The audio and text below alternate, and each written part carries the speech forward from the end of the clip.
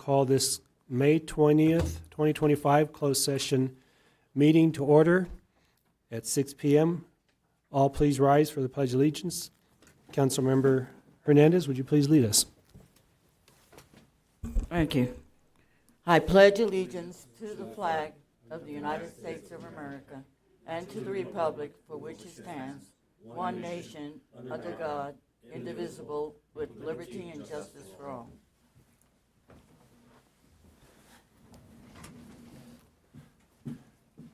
Madam Clerk, will we have the roll call, please? Yes, Councilmember Noble is absent, marked with an excused absence, and all other members are present. Thank you. Participation is invited. If you wish to be heard on any item on the agenda, including any item on the consent calendar, please so indicate by filling out a speaker request card and hand it to the city clerk prior to the agenda item being addressed. If special accommodations are required, a 48-hour notice must be given to the city clerk. Code of Ethics. As your elected governing board, we will remember the code of ethics that we voluntarily and unanimously approved. During this meeting, we will treat each other and the public with patience, civility, and courtesy. The decisions made tonight will be for the benefit of the Barstow community and not for personal gain.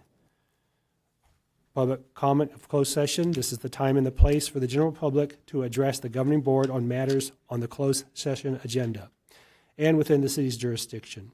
Speakers are asked to limit their comments to 3 minutes or less. All requests to speak must be received prior to the agenda item being addressed.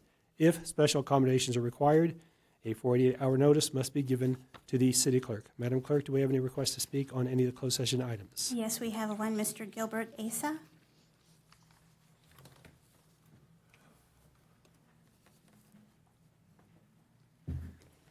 Welcome, Mr. Asa. You doing? This time I'm not gonna be quiet. I'm sick and tired. I'm tired of this garbage. You guys started off with an officer just falsifying the documents. Then you decide to come 5 years later after statute of limitation. Mr. Asa, I'm going to have I'm going to get accountability. well, You guys are in accountability for this incidents going on. this is an agendized item. Agents, the false reports to, how you say it, to make me look bad. Mr. Point of Asa, I'm order. going to, No, I'm tired of this. Point of order, I'm Mr. tired Mayor. of this. I'd be happy to, Something that I have been boiling up. And I'm tired of being cut off for different things. When you ask for the council, you ask for public speaking. Sir, I'm asking for I a point do of order have so I can, so we can I am a explain to public. you. Mr. Asa, I have a point of You order. be quiet because I don't even want to deal with you. A point of order, please. Please, out of respect, I'm not interrupting you. No. Don't interrupt me. Mr. Asa, You just say, out of respect, Mr. Asa, this is an agendized item. It's, be respectful. I need Mr. you, Asa, the opportunity for you to speak is in about an hour at the 7 o'clock meeting on general public comment. It's in The here. closed session You're now is on supposed to be closed session items. Allowed. This item is on general public comment. The item you wish to speak about is at the 7 o'clock hour. This is That's something at the about 7 o'clock hour. Right now, it's about the closed session item. ability to abuse to a senior citizen, disabled. Mr. Asa, Now, I'm telling you right now, it's gone all the way up to Madam Clerk, please Feller- turn off the mic. felony, Is the mic off? federal. I'm gonna be right now, but it's gone federal already when you falsify documents and submit them to a federal officer. Mr. Asa, contact me tomorrow. We'll discuss what we're doing here, okay? I still have the point of order because I'd like to have it set for the record, please. Okay, I have called for point of orders. Please state your point of order. Thank you, Mr. Mayor. The point of order, I was just going to ask if we could explain to Mr. Asa what the closed session public comments are versus what the general, and I believe that our city manager, Mr. Summers, had explained that to him, but I think it's critical now that we do contact Mr. Asa to let him know the difference of what, we're not trying to shut him down, we're not trying to be disrespectful, we're just trying to follow the point of orders. So if we can contact him and ensure. I just want to state, Mr. Ace and I had, the last time this happened, had a conversation in my office, and I felt at that point that he understood. So I'll talk to him again. Thank you. Thank you, and I'll note you promote me. I'm only city attorney, but yeah, through the mayor, we can, I think he's been provided the information. It's a matter of accepting it. Madam Clerk, do we have any more requests to speak? We have no more. Okay, with that, I'm sorry, was there a question or, no?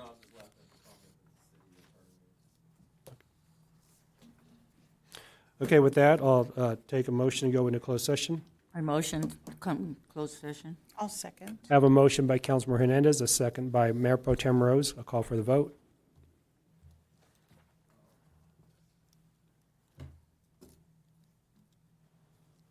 And motion passes unanimously. Okay, with that, we'll go into closed session.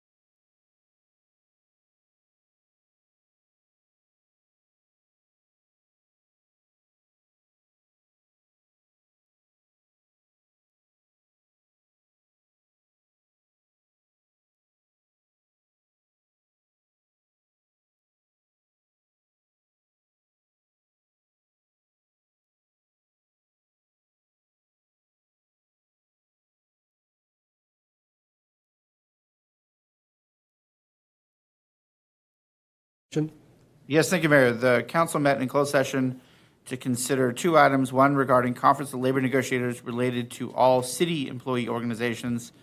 Second, regarding existing litigation, Murphy versus City of Barstow. In both, the council provided direction to staff and council, but took no reportable action. Thank you. Thank you. We call this regular session meeting to order at 7:02 p.m.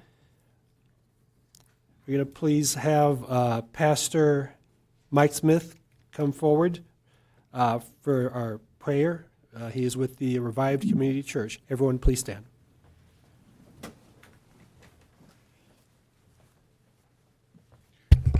Thank you, Mayor. Thank you, Council. I appreciate it. Today we're going to be in 1 Corinthians chapter 1, verse 10. It says, "Now I beseech you, brethren, by the name of our Lord Jesus Christ, that ye all speak the same thing, and that there be no division among you, but that ye be perfectly joined together in the same mind and in the same judgment." Father, we just come to you this evening, Heavenly Father, in prayer this one. Thank you, Father God, for everything that you do for us, Lord. Just thank you for this wonderful day. I thank you for this time, Father God. I pray, Lord, that everything go to glorify you, Father. We plead the blood of Jesus over this whole situation, Father God. We just love you so very, very much. In Jesus' holy, precious name, amen. Please remain standing. And we're going to have Lily from Barstow Baseball Majors come forward to the microphone and lead us in the pledge.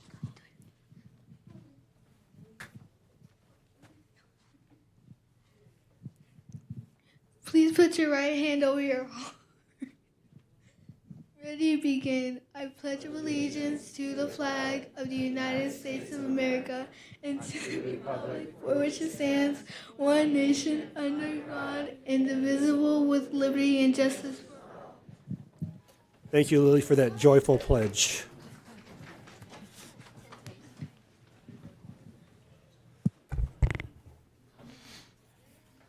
Madam Clerk, when we have roll call, please.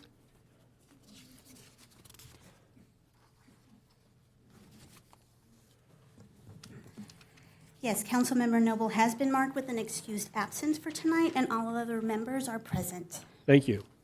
Participation is invited if you wish to be heard on any item on the agenda, including any item on the consent calendar. Please so indicate by filling out a speaker request card and hand it to the city clerk prior to the agenda item being addressed. If special accommodations are required, a 48-hour notice must be given to the city clerk. Our code of ethics, as your elected governing board, we will remember the code of ethics that we voluntarily and unanimously approved.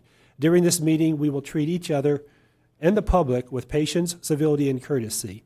The decisions made tonight will be for the benefit of the Barstow community and not for personal gain. It is time for the review and approval of the agenda. This is the time for the members of the governing board to call for rearranging the order of the agenda, adding items or removing items from the agenda, or removing items from the consent calendar for discussion and or separate action. Items may only be added to the agenda as allowed by state law, including Government Code Section 54954.2, Subdivision B, allowing emergency items to be added by majority vote, and allowing items that arose to the city's attention after the agenda posting deadline, but which require immediate action, to be added by a two-thirds vote of the city council members present at the meeting, or if less than two-thirds of the council members are present, a unanimous vote of those members present. I'll call for a motion on the agenda. Mayor, could staff would like to request to pull items 7 and 8 for more analysis and bring them back at a future time. Okay, I have a question by Councilmember Hernandez before the motion. Councilmember Hernandez? That's fine, because those were the items that I would have going to request to pull. Okay, so is your motion then to approve pooling 7 and 8? May I have a second? Second. I have a motion by Councilmember Hernandez to approve the agenda pooling 7 and 8, and a second by Mayor Pro Tem Rose. Call for the vote.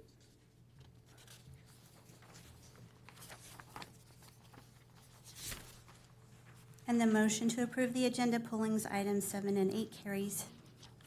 4-0.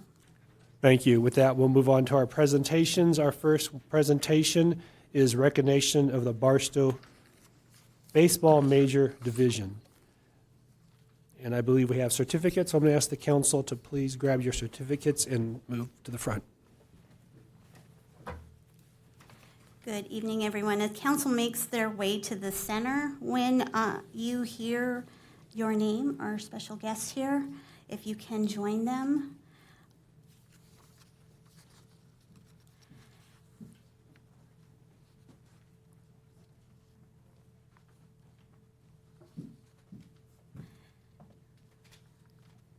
Darren Ortiz. Councilmember Williams has your certificate. Christian Cordova, Hayden Norris, Luciano Ortega, Maddox Trujillo,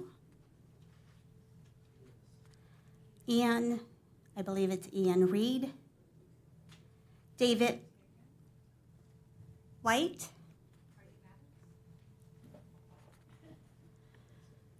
Julius Griego, and Mayor Silva has Mr. Andrew Garcia, Lily Liscano, Gio Liscano,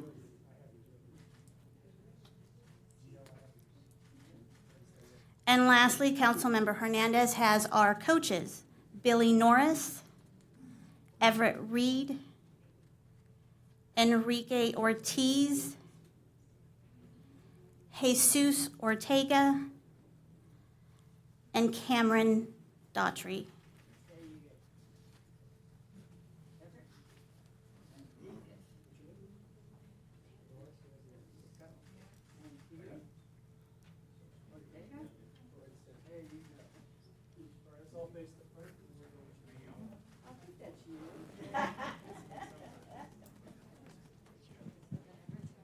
Okay, we want to congratulate all these young athletes.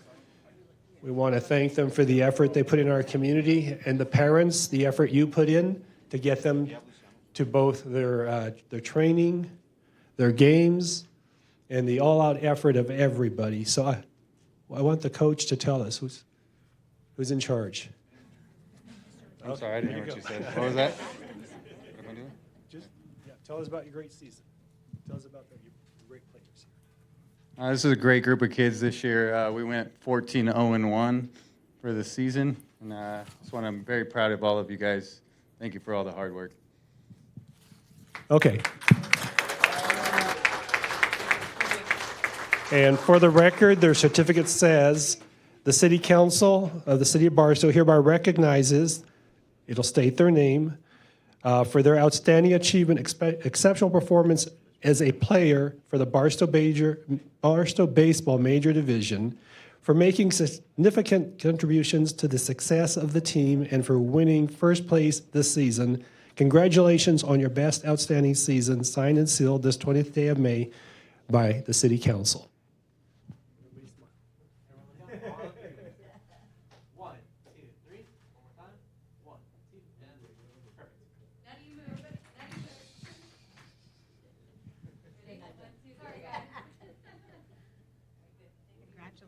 Congratulations, everybody. Thank you.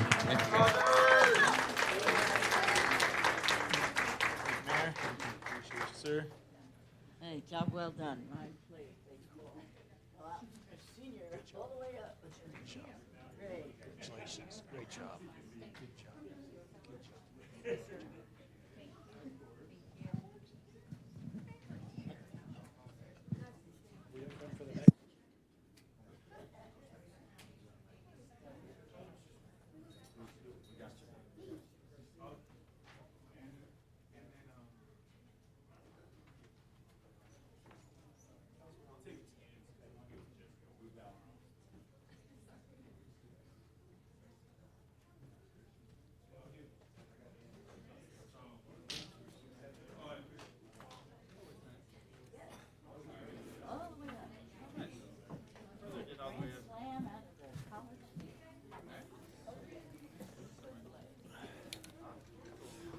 girls took the primary interest, unfortunately.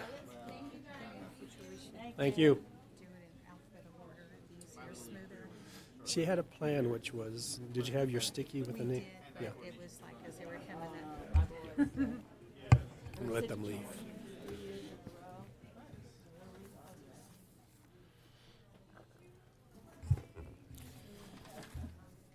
Okay, with that, we'll move on to our next presentation, which is an after-event report.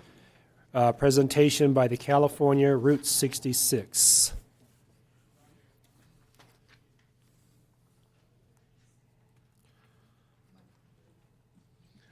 Good evening, City Council members, Honorable Mayor, staff, and entire Barstow community. My name is Brendan O'Brien. I'm with the California Route 66 Museum, and just wanted to give a quick overview, actually a postmortem, of the event that took place on April 22nd. And again, I wanted to thank the entire city of Barstow for the support and partnering with the museum, the California Route 66 Museum. I don't know how many of you folks were there. I reckon, of course, Mayor was there, and the city manager was there, and of course, Tex was there. An amazing event. It was everything that our objectives that we went out to achieve. I think we not only achieved them, but we overexceeded them in many different areas. First off, we had about 500 attendees overall came and left. There was about 45 different vintage vehicles.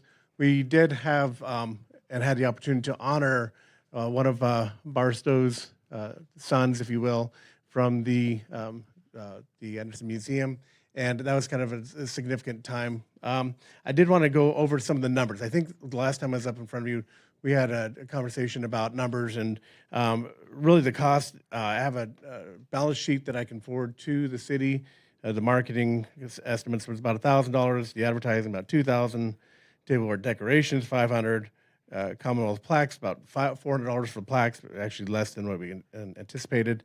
There was $3,000 in entertainment and $1,200 for security, parking, waste management. When we look at these types of activities, I think what was something a little bit difficult to process was that in the social calculus of a city, at the same time we were requesting support and help with the city, we had the baseball team and the football team asking for helmets, and it's very difficult to try and figure out, okay, which funds should go and be allocated to which activity. What we're trying to do is bring economic development to the city. And we believe wholeheartedly that by bringing enough hooks and significant reasons for people to stay in Barstow, we have 60 million cars passing through Barstow every year. If we can build enough hooks to keep those people here and engage those people, even 10% has a significant economic lift for the whole city to prosper from. And that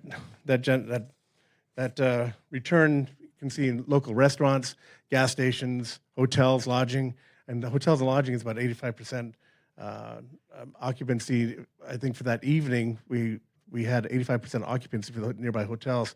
And then the Harvey House itself with the different museums. I think as the water rises, all boats will rise, and that's one of our mantras. We really truly believe that by continuing our efforts in developing the economic prosperity of Barstow, I think that the communities will rise and we'll have more money to help with some of the other really needed items like the schools and helmets for sports. I did want to just kind of give one quick overview on the actual ROI. So we saw in social media, we had coverage from several regional influencers. I think some of you had a chance to talk to them. There was quite a few videos that were created, over 200 tagged social media posts within 48 hours, a 300% spike in online traffic to the museum alone. And I would be curious to see what the Harvey House, what kind of spike would be, what they saw as well, and the train museum. And that leads me to next topic is that I'd love to see more collaboration between the Harvey House, the train museum, and the Route 66 Museum. So maybe coordinate hours so we're all open at the same time. And maybe we can do combined tours where instead of just coming to the Route 66 Museum, we're looking at the whole Harvey House, the crown jewel of Barstow, kind of as a destination where people can actually do a tour of the whole entire property. In closing, I just wanted to let you guys know we're so excited to be part of Barstow, and I think one of the comments were, we started our mission with economic development in a neighboring city in Victorville. They were about ready to close, similar to the Barstow Museum. We took their museum from being open from 3 days a week to now they're open 7 days a week, and they're seeing huge economic prosperity. And since the grand opening, the Route 66 Museum has been open every day except for Easter, and our hours are slim 11 to 2, and those will grow. But we believe that the economic stimulus that this area and the crown jewel of Barstow, we believe that the stimulus can really bring in additional revenue, and I think that's what everyone's goal is. I did send a video. I'm not sure if it's playable, but we can give it a try. This is just kind of segue into the next, I guess, event, and these are going to be ongoing. We want to continue to have meaningful events for not only the community, but to bring a lot of awareness to the city. And this is just a teaser. We just kind of threw this together. This for the upcoming event on Thursday, which we have the Tour Symposium, which is 200 tourism buyers. These are the folks that actually decide where the tour buses go and where they stop from Los Angeles to Las Vegas. They're going to be here Thursday. And this event is just huge, and that was one of the precursors and one of the reasons why we tried to have the grand opening so quickly, is because they were evaluating whether they were going to have their event here, or they had several other places. Last year they had it at the Riverside Convention Center. And this is a big deal, and this is going to mean a lot of, hopefully, tourism to the city. And if you have if you can hit play on that video, if it plays, great. If not, we'll see it on Thursday. If you ever plan to motor west, Jack, take my way. They called it the Mother Road, a ribbon of dreams stretching across the American Southwest, connecting small towns, big hopes, and unforgettable adventures. And here in Southern California, the spirit of Route 66 still lives on, louder, prouder, and more alive than ever. Hop in, loser. We're going to 1957. How come a couple pretty girls like you get stuck in a place like this along the highway? Okay, what do we want to do in Southern California? Disneyland, Waterworld, and going to come to the Mother Road Museum. Barstow, guys. All roads lead to Barstow. Welcome to Barstow, home of the iconic Route 66 Mother Road Museum, located inside the beautifully preserved Harvey House.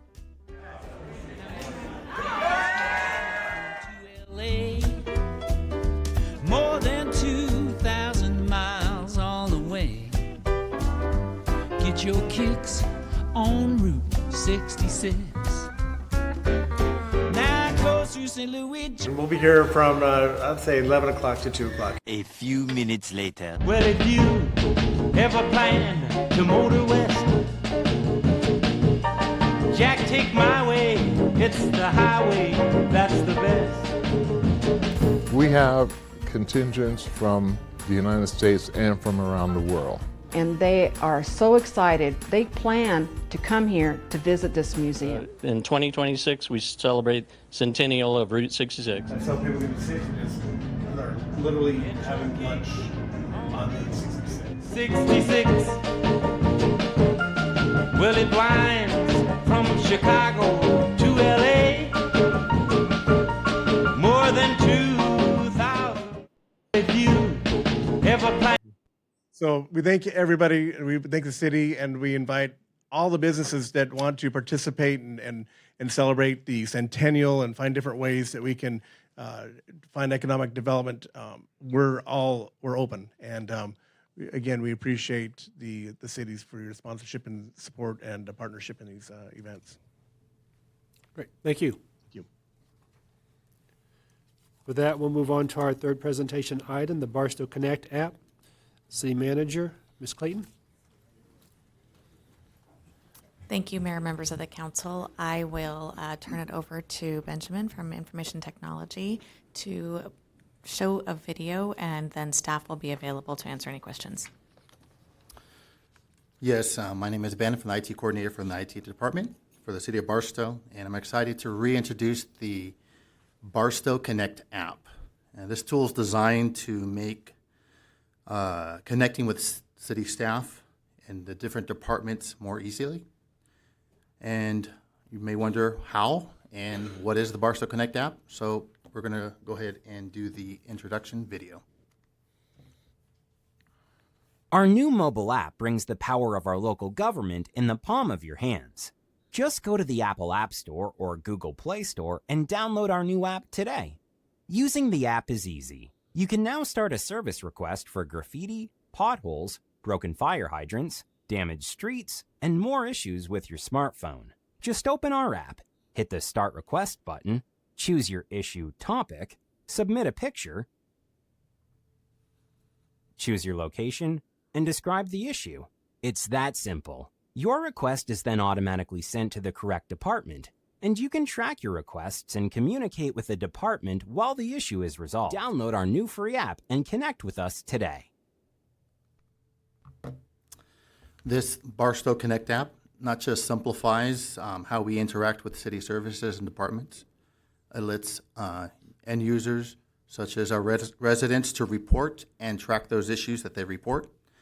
And it will allow to foster that collaboration between city services and residents. And by doing this, we'll allow to collaborate together and resolve issues within the city.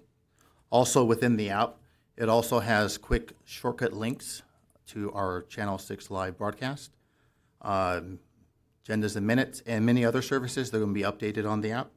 So the app is available on the Google and Apple Store, and we recommend everyone downloading the app, taking a look at it, and using it. And this will allow to be unified together, to collaborate together to make Barstow better. That's it.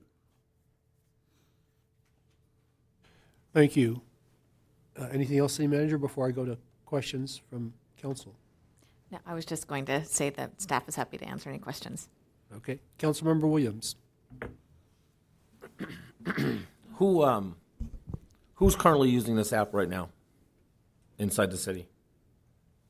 Is the entire city? Is it a certain group? Who's actually using this app? So the app is available for the residents, but the back-end collaboration tool where all the ticketing happens within all departments.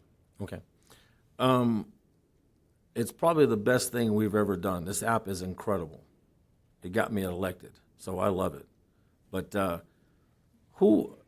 how does the app work as far as what more can we offer? I mean, can we add the county in there so when folks in the county have a problem, they can report to the county to get their issues fixed? Is that possible?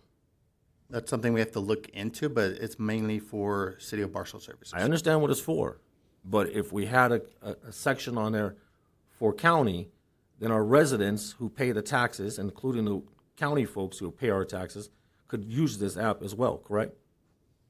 If they have the collaboration with right. it, If we can do that, so there's a lot more we can do with this thing than we're doing currently, correct? Correct. Can we use this to report things inside of our city for issues that we have, the residents are concerned about, as far as code enforcement using this as a tool to look at things that we want to report, they want to report? So, yes, they currently use that now. Okay.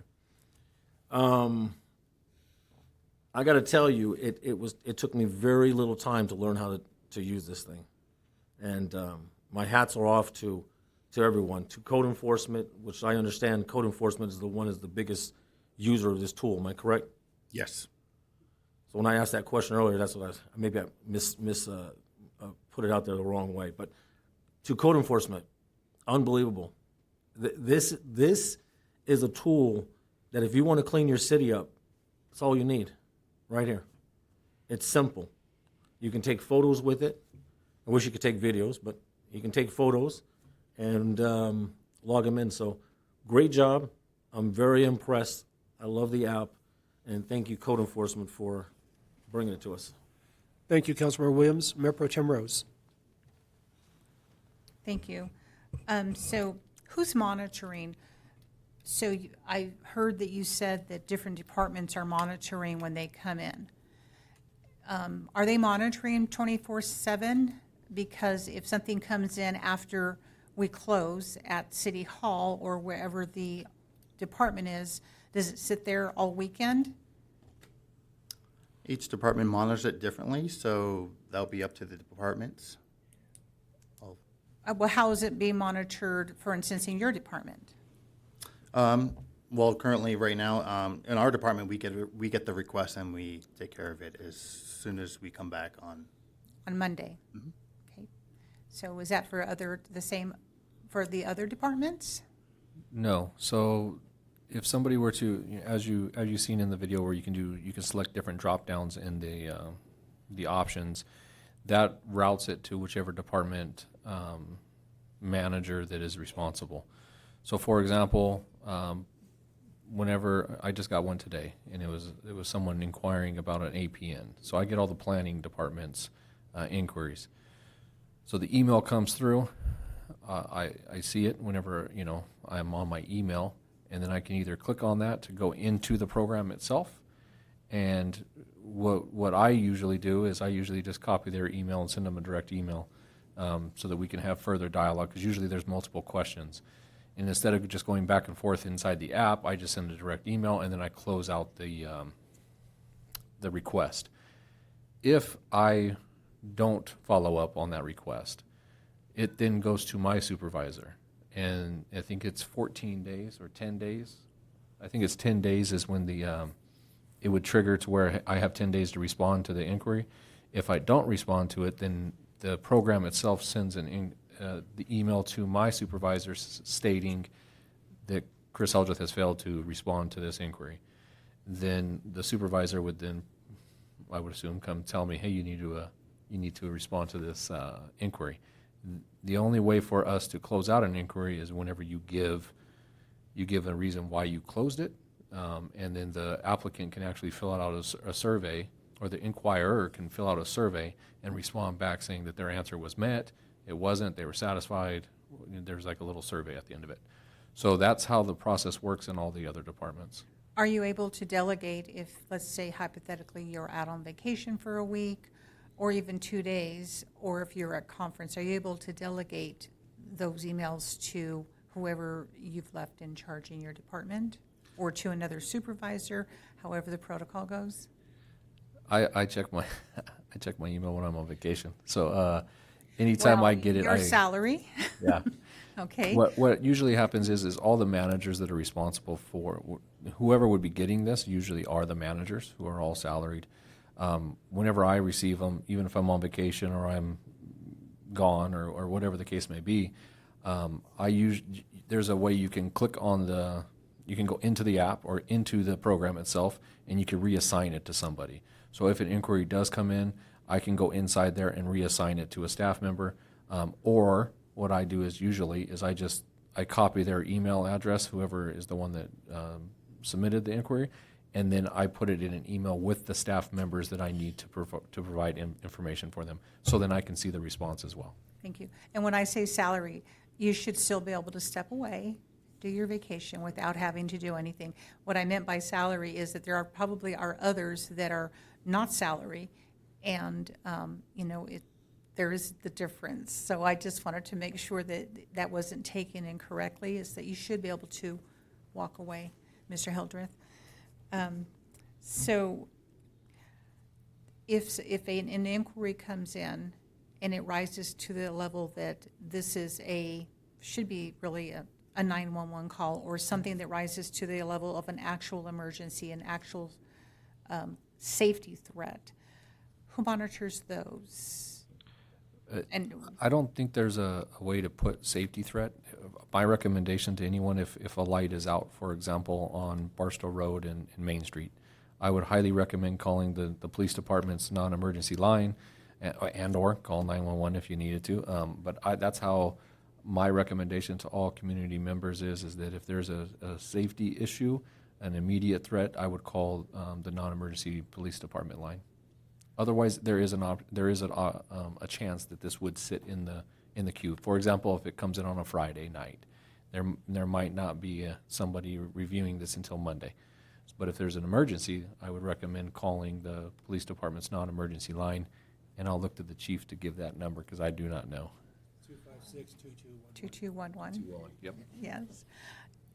So I guess my other question would be, what's the turnaround time? You've mentioned, that it could stay in your queue up to 14 days if you're not monitoring, if you're on vacation and you're not checking your emails. What's the turnaround time? And I guess my question would be, when you see them come in, do you prioritize for the turnaround times?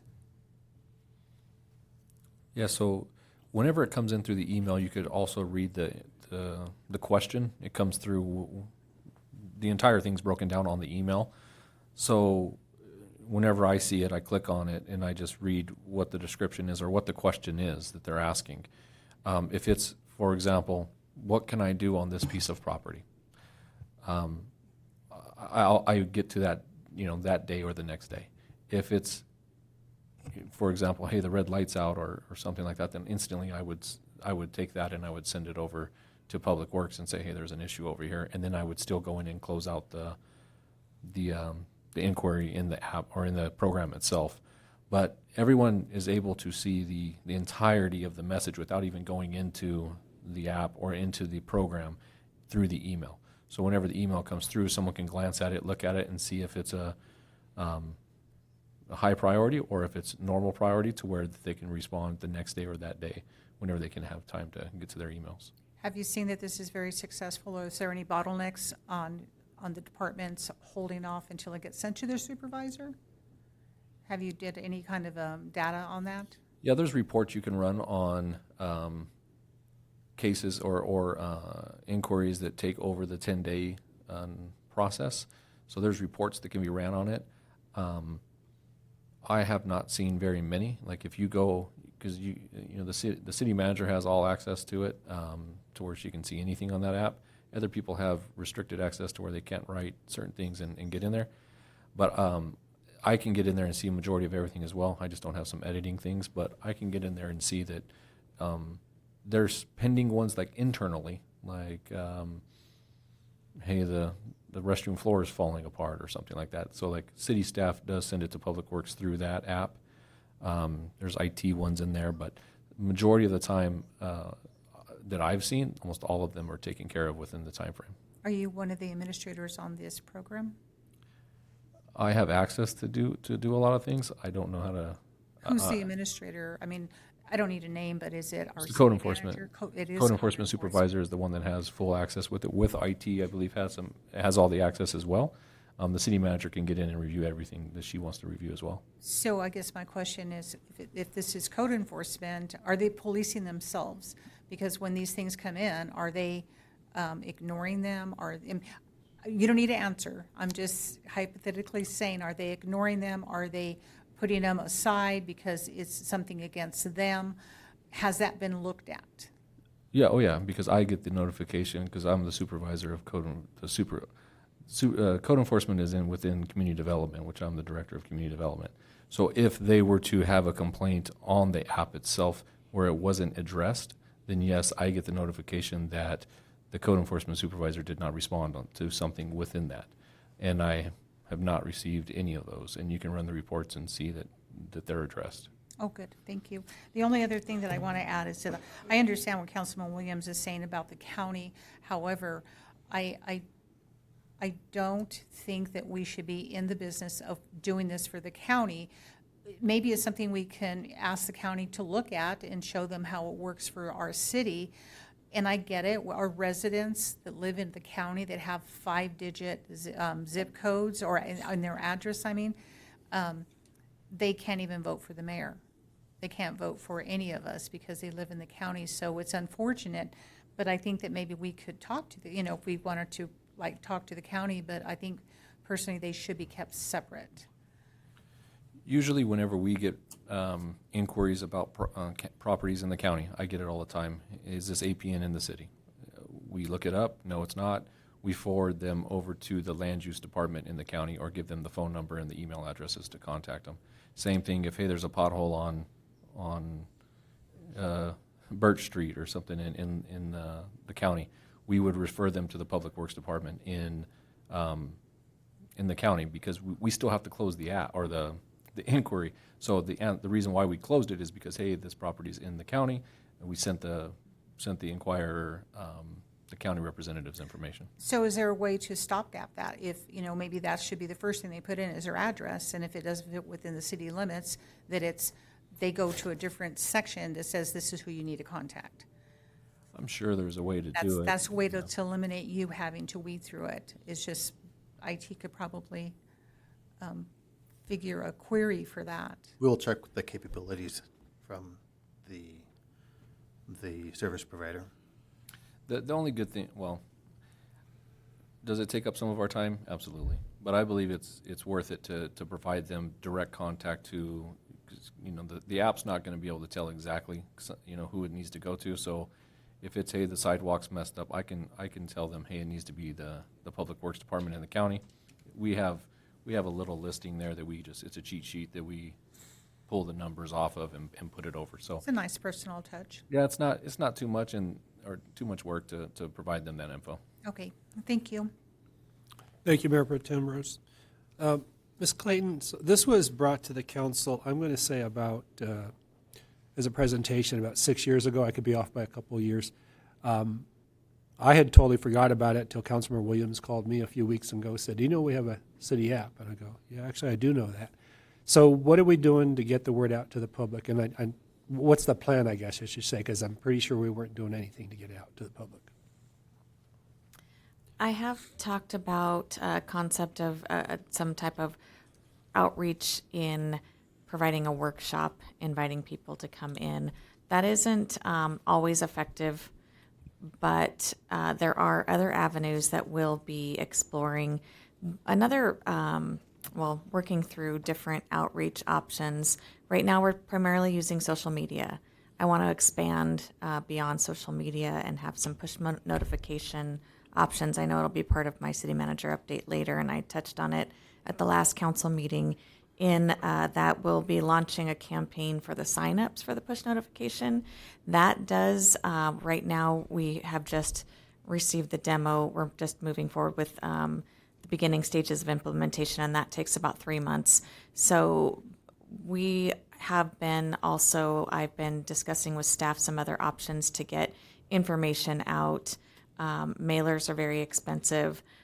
So putting information on our website is one that we're going to work towards. Again, back to social media and looking at options of what we can do with our Channel 6. So we're researching on different ways that we can get all of this information out to the public on the education of how to reach out to us. Okay. And what we're seeing here, is that on the television screen now so people can scan it and download the app? Is that what they're seeing? Okay, Correct. great. So let the public know to scan the barcode and download the app.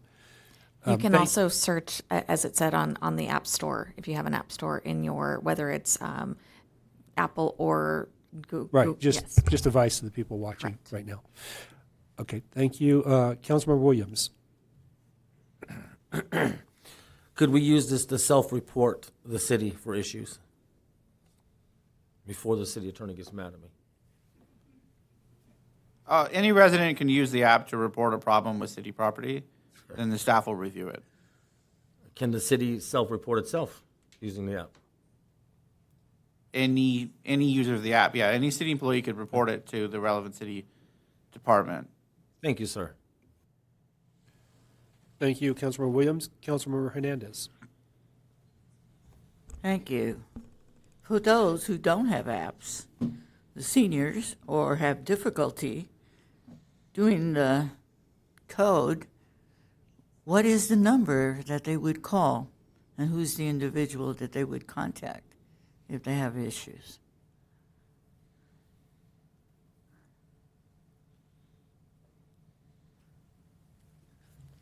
We have our phone numbers on our website for contact information, depending on what the issue is. So it would depend on what they're calling for. There is a contact list on our site. I'm saying they're not getting on the site. They don't have a computer. They don't have regular folks. Yes.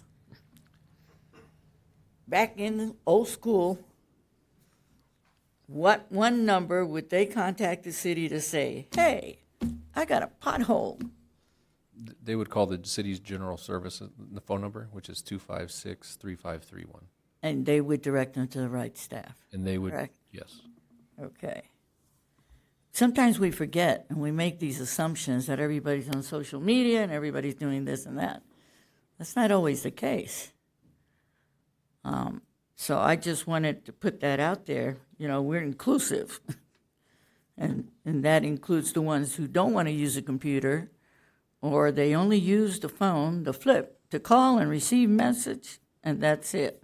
So I'm glad that we brought that about. The other thing I would have liked to have seen is actually in action. That it says Channel 6 All Access, Barstow, that IT would pull that up to show what the community would see if they did that.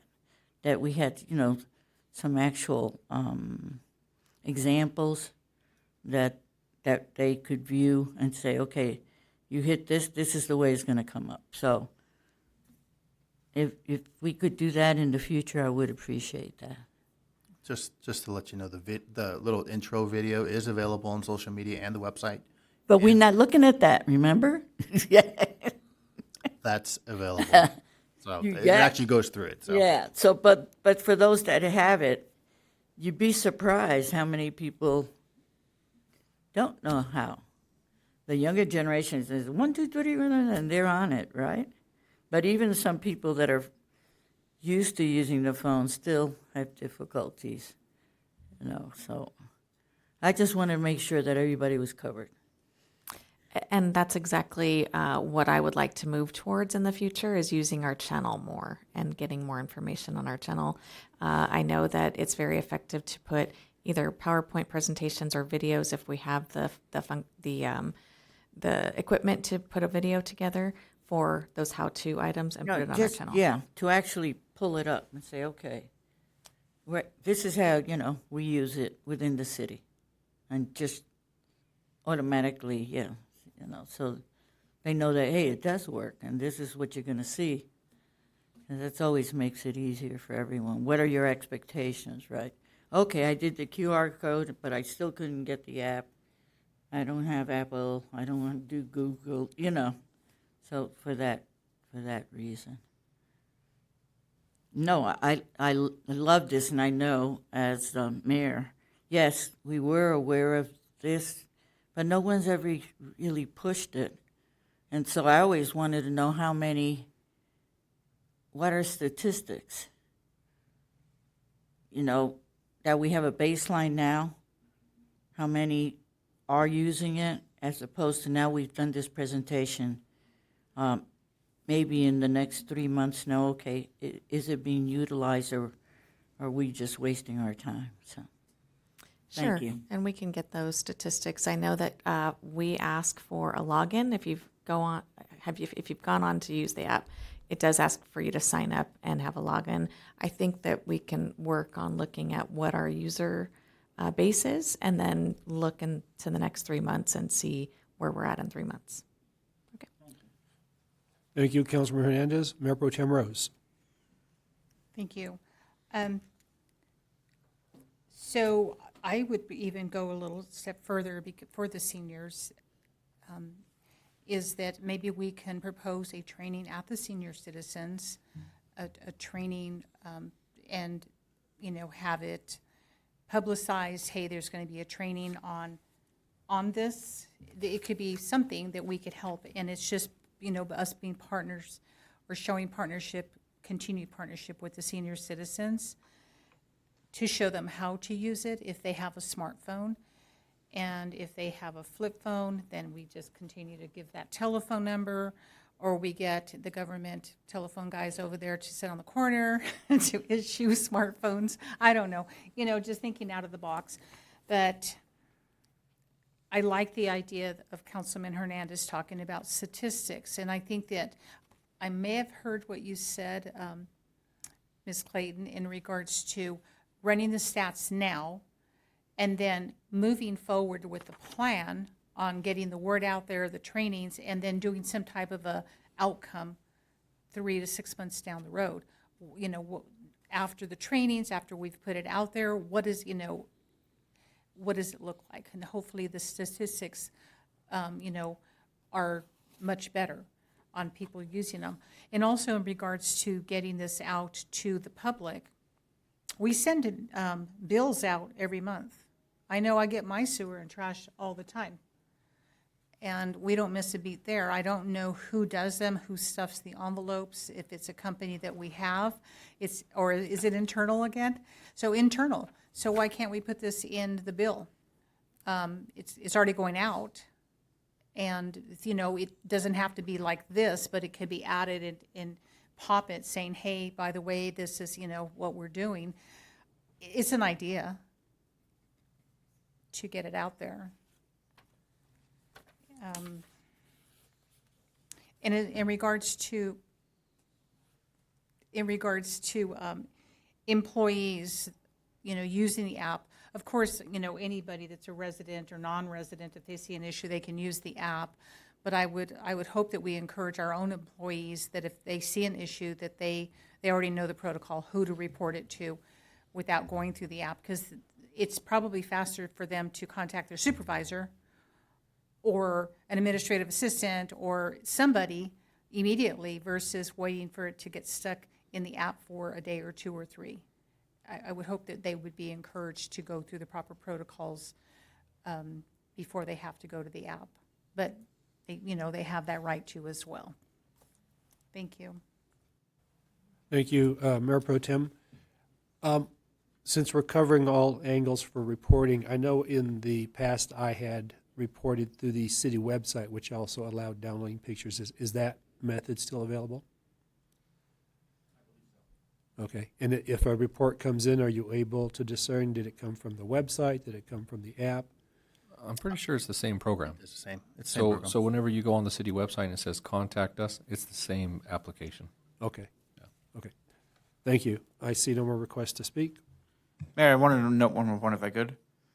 In the app, it's clear when you click Start Request, it says at the top, call 911 call 911 for emergency. So I just want to reiterate that point. The app is a really, really powerful tool to report things along with the other methods to report, but the app is not for true emergencies. Call 911 for those. Thank you. Correct. Thank you. And my mic was off earlier. The non-emergency police line is 760-256-2211. Okay.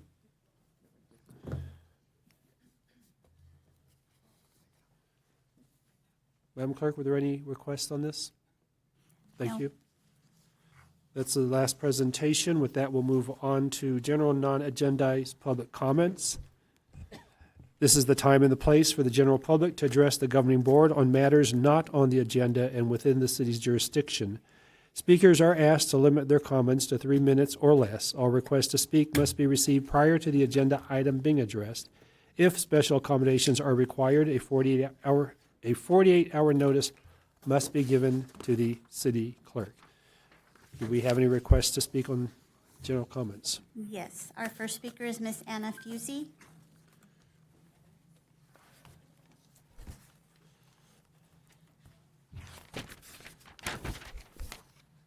Welcome, Ms. Fusey.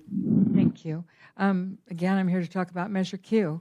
We had a couple of good meetings and heard a lot of positive stuff, and recently we met with Maribel. She gave us a couple of good meetings, but recently I was told that she had to meet with the city manager and that it would probably be best for us to go ahead and plan our trips accordingly as we usually do and not wait for any Measure Q money. So I'm a little concerned, and it was also stated because there's no policy. Well, I know that. I've been talking about a policy since last February when I became vice president of the senior center.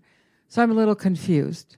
Number two, and maybe we just need to meet clarification on the name of the building for Jeff L. Eason. We understood it was a dedication, but now I'm hearing that it's actually going to be the name and not the Barstow Senior Center. And I think maybe we need to meet off mic or with the city regarding that issue. And that's all I have to say. Thank you. Thank you, Ms. Feasy. Our next speaker is Mr. Mike Hernandez.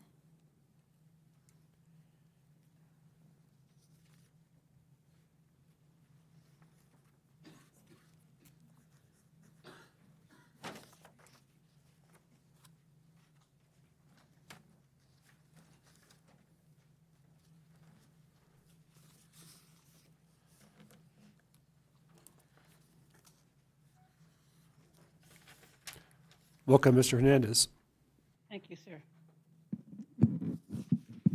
First thing I'd like to ask, a while back I was complaining about code enforcement sending notices out and allowing a short time to get the projects taken care of. I've complained about this on 3 separate occasions. To this day, nothing's ever been done. What are you going to do to monitor code enforcement? They're out of compliance as far as I'm concerned. They're driving people crazy. They complained about a palm tree I had on my property that was dropping palms in the street, and it was my neighbor's.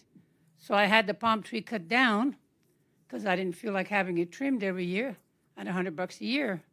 And it cost me $450 to cut it down, and the palms are still landing, and they're still complaining. Somebody needs to take control of what's going on in code enforcement. It's out of line. It's not serving the community. Next thing is, at the last meeting, there was an agendized item,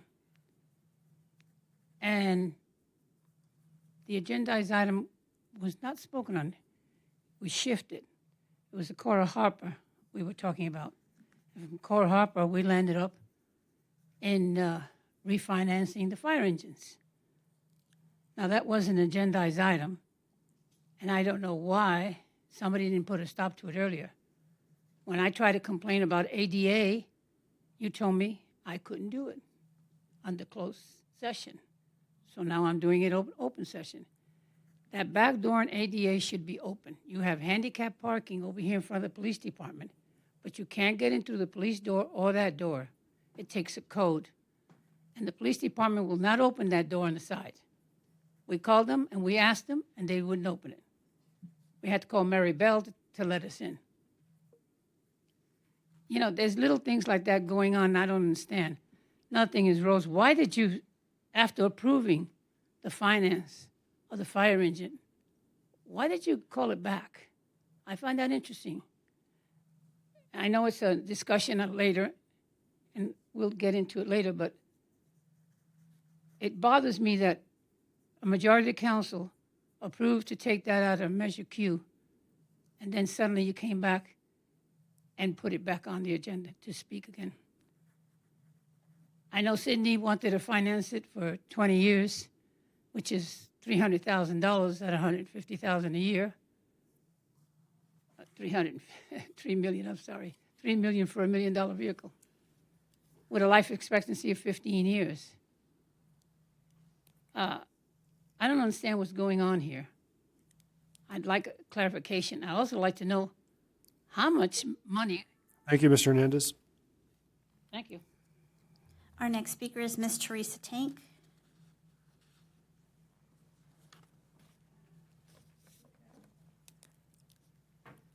Welcome, Mrs. Tank. Good evening. It's been 9 weeks since an investigation was started concerning an officer discharging his weapon at an animal. I've been asked by several residents during that time if I've heard anything, and all I've been able to tell them is nothing has come from the city or the police department.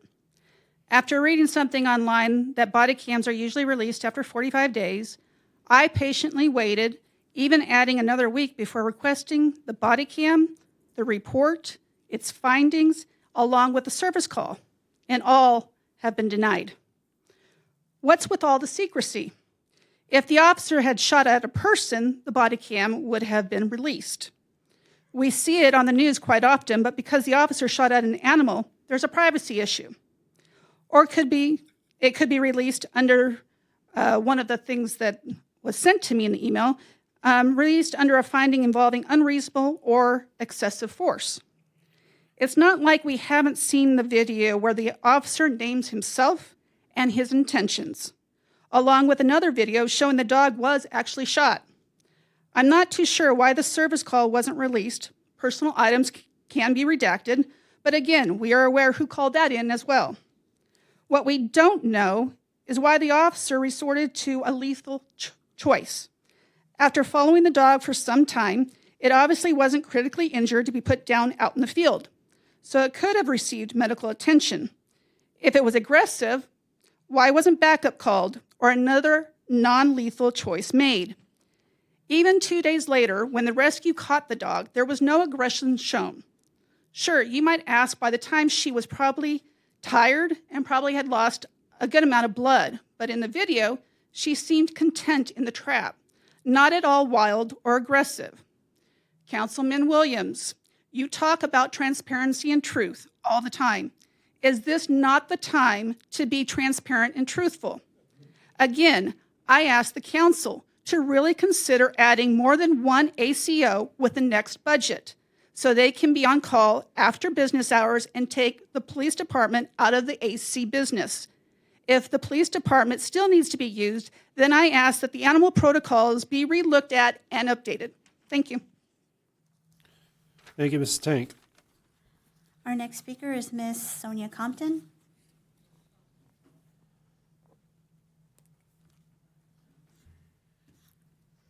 Welcome, Ms. Compton. Good evening, Mayor and Council. My name is Sonia Compton, and I want to go on the record for a couple concerns. First, back in April, there was a strong push to vote and move forward with the Measure Q committee. We were told that there wasn't time to delay and that the committee needed to get started right away. Well, it's been 2 months, and there's been no communication, no meetings scheduled, and no updates.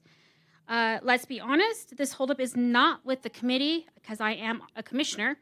The delay is coming from the city, and I want that to be clearly stated on the record. If urgency was the reason for rushing things then, where is that urgency now? The community deserves better than being told something is a priority only for it to be put on the back burner once the vote is done. Second, I noticed that the agenda packet for the proposed operating and capital improvements budget for the fiscal year 25-26 seems incomplete. It doesn't include the actual budget. This meeting is tomorrow at 6 o'clock. How are we supposed to review and give feedback on a proposed budget when the budget isn't even included? This is exactly the kind of thing that frustrates people and makes it hard for the public to stay engaged. We need transparency and follow through, not rush decisions and missing information. Now, with that said, I do have some congratulations to a few people in the community. Barstow Community College did have our graduation on Friday. We had right about 1,000 certificates and diplomas given.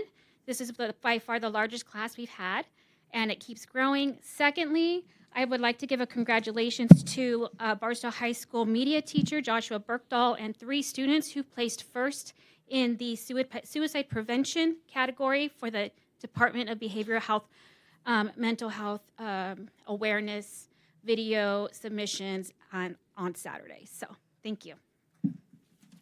Thank you, Ms. Compton. Our next speaker is Mr. E.T. Snell.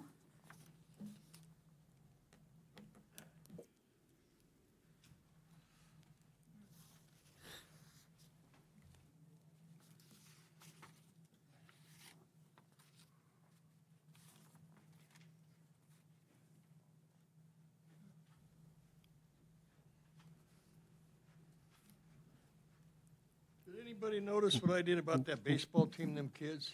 Welcome, Mr. Boy, Snell. Tex, you always do a really good job with kids. I want to congratulate you for that. But you know, I didn't see any blacks on that team. I don't know. I was kind of wondering. You know, I see a lot of that in the city sometimes. Was there a traffic study before BNSF came in? Because those trucks are going in that 2-lane death trap from Barstow to State Line, where the rumble strips are not under the yellow line or next to it. They're 3 to 5 feet away. Which is insane. The rest stops have been closed near Barstow here in the last week more than they've been open. Barbara Rose, didn't you instruct the city manager to reach out to people that wanted to talk to her? Because I went there 3 different times to City Hall, Mrs. Clayton, to see you. I've called 5 different times. I mean, is there are you mad at me? Have I done something wrong to offend you? Is there a reason why you're not reaching out to me to sit down? Because you just got into town, and I want to make sure that is there a reason you're mad at me or something? Okay, well, I'd like you to meet with me. I also noticed that you came from San Bernardino. And today I was reading in the paper, they just got whacked with a $5 million lawsuit by the police department. See, this is and you're getting ready to pick the police chief. You won't talk to us. I don't know when that's going to transpire. I'm really concerned that that you've already made your choice. That's what I'm concerned with. And if that's the case, because you were here a week, then you went 2 weeks off. I mean, I could just see him saying, hey, go ahead, man. We want you to be happy, do what you want to do, But then all of a sudden you've gone 2 weeks. And I think it's kind of maybe it was a carrot to make you do what they want you to do. I'm sorry I'm so paranoid, but, I'm just a clown that gets in. And the city of San Bernardino, with that Bob Brown was murdered by the police department, paid $5 million. I'm going to speak on the House Nazis later. But so can I get an appointment with you and kind of lay out what's going on? I don't get paid for this. And I've got a plethora of information that I think would help you make the right decision, because we don't want any more $5 million lawsuits like you just had in San Bernardino with Bob Brown. You know that one? Are you familiar with that? Well, it was in the newspaper today, and it happened in 2023. San Bernardino got sued for $5 million. We can't afford that. So we have to make sure that when she picks that police chief, she hasn't already made up her mind is not doing for nepotism, but she opens it up to everybody, and we pick the right person, because I'm tired of seeing black people murdered that are unarmed. Thank you, Mr. Snell. Thank you for your time.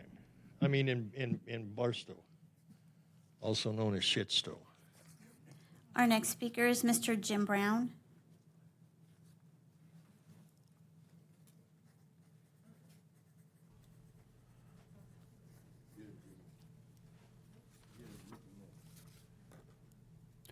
Welcome, Mr. Brown.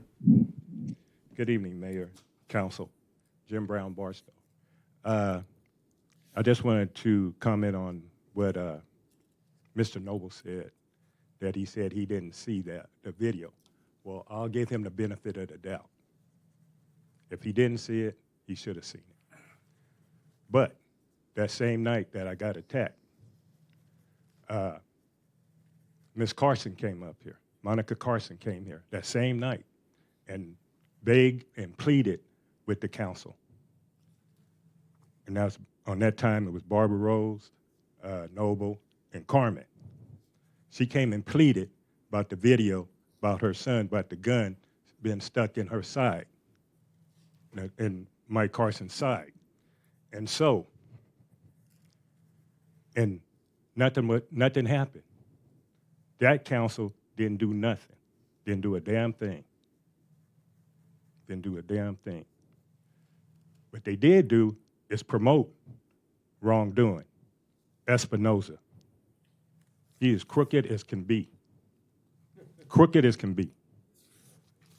And when he died, they're going to put him in the ground, they're going to screw him in the ground, because he ain't going to go in straight. He ain't going in straight. And y'all, that's why we come up here, and that's why we want justice. But we ain't getting it. All we get is lie, deny, and that's it. Lie, deny, and cover up. You need to take that sign down and put lie, deny, and cover up until you get it straight.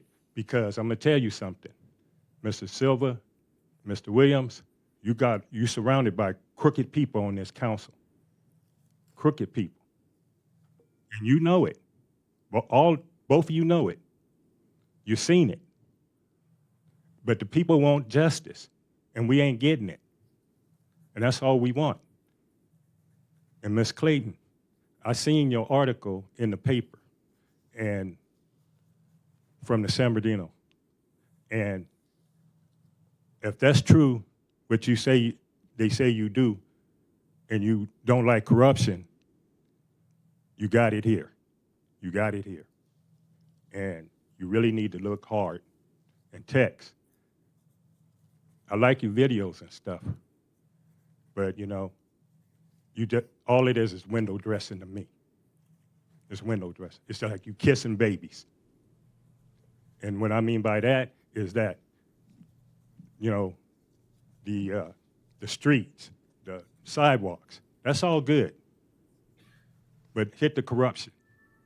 Thank you, Mr. Brown. Our last speaker is Miss Virginia Brown.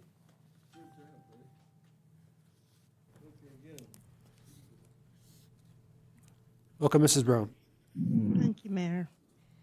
Mayor, Council, and staff. Virginia Brown, Barstow, California. I have a few issues, and I'm agreeing with Mike Hernandez. We have a problem with code enforcement. Now, we were told that they were going to be educated, that they were going to be trained, and apparently it's not happening. So thank you very much for just another promise in the wind. But they tagged me and my husband a while back, said we had a container, we had Christmas lights, we had cars in the wrong places parked on our property. So we took down the so-called Christmas lights. They were white lights, and they just basically were up there to keep everything lit up because we are not exactly in the safest neighborhood, and there are no proper lights in that neighborhood that stay on. You guys have them, but drive down there sometime around 2 in the morning when they have flickered off, and they're not working for some reason. It's nice to have lights around my property and not have to worry about somebody breaking in or vandalizing my property. But we took them down anyways. You want to call them Christmas lights? Fine. I don't want to fight with the city. I took them down. We did the same thing with the cars. I have 2 driveways. I have one on one side and one on the other side. They are both driveways, but I was told I could only park in one specific area of my own property. So I discontinued using one driveway, and I went to using another. Now, lo and behold, we're down to one issue, the container. They cited me $200. I paid the citation, even though they told me they were going to send it to the State Tax Franchise Board, which is for businesses, not for residences. So I don't understand that since they keep claiming I'm a residence. And then I get today when I come in a text message from Mr. Heldreth. Apparently they've been trying to send me something that they want to meet with me, the code enforcement and the planning. They're both here tonight. Neither one of them came and tried to talk to me, so I'm a little curious. But they gave me the thing that said they have a case number. And I have the case number. I have the message if any of you would like to see it. My problem is, why am I being targeted? Why am I the one that keeps having people come after me and my container? And now they're saying it's not just one violation, but a whole bunch, apparently, because it says, we'd like to talk to you about the violations on your property, not singular, plural. So now my container's not an issue, but a whole bunch of other stuff is, stuff they've never notified me about. I'm getting a little tired of being targeted by this city for using my freedom of speech up here at this podium. I would like someone to train them, teach them, and then keep them from targeting people they don't like. Thank you. Thank you, Mrs. Brown. We have no more comment.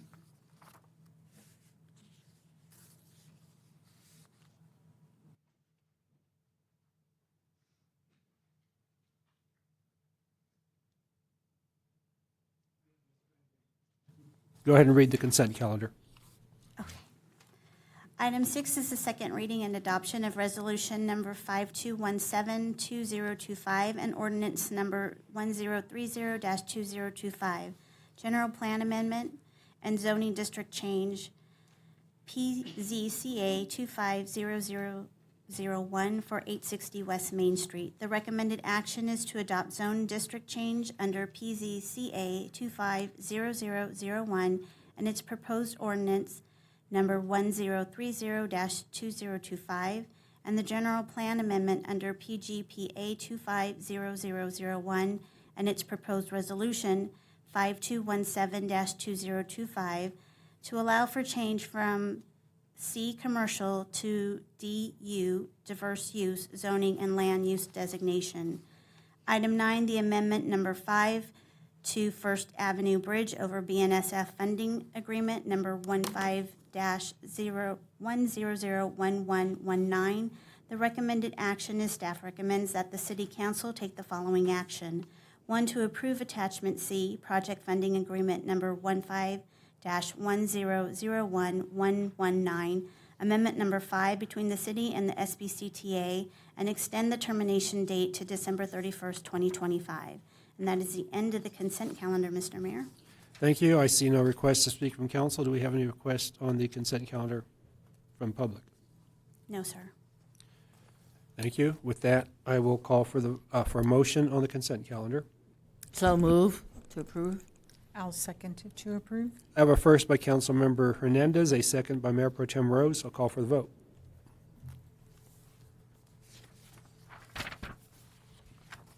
And motion carries unanimously. Thank you. We have no deferred items. With that, we move on to business action items.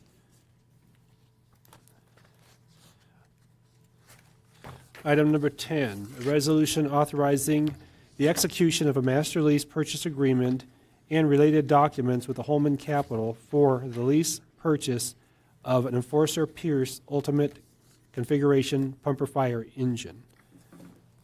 The recommended action.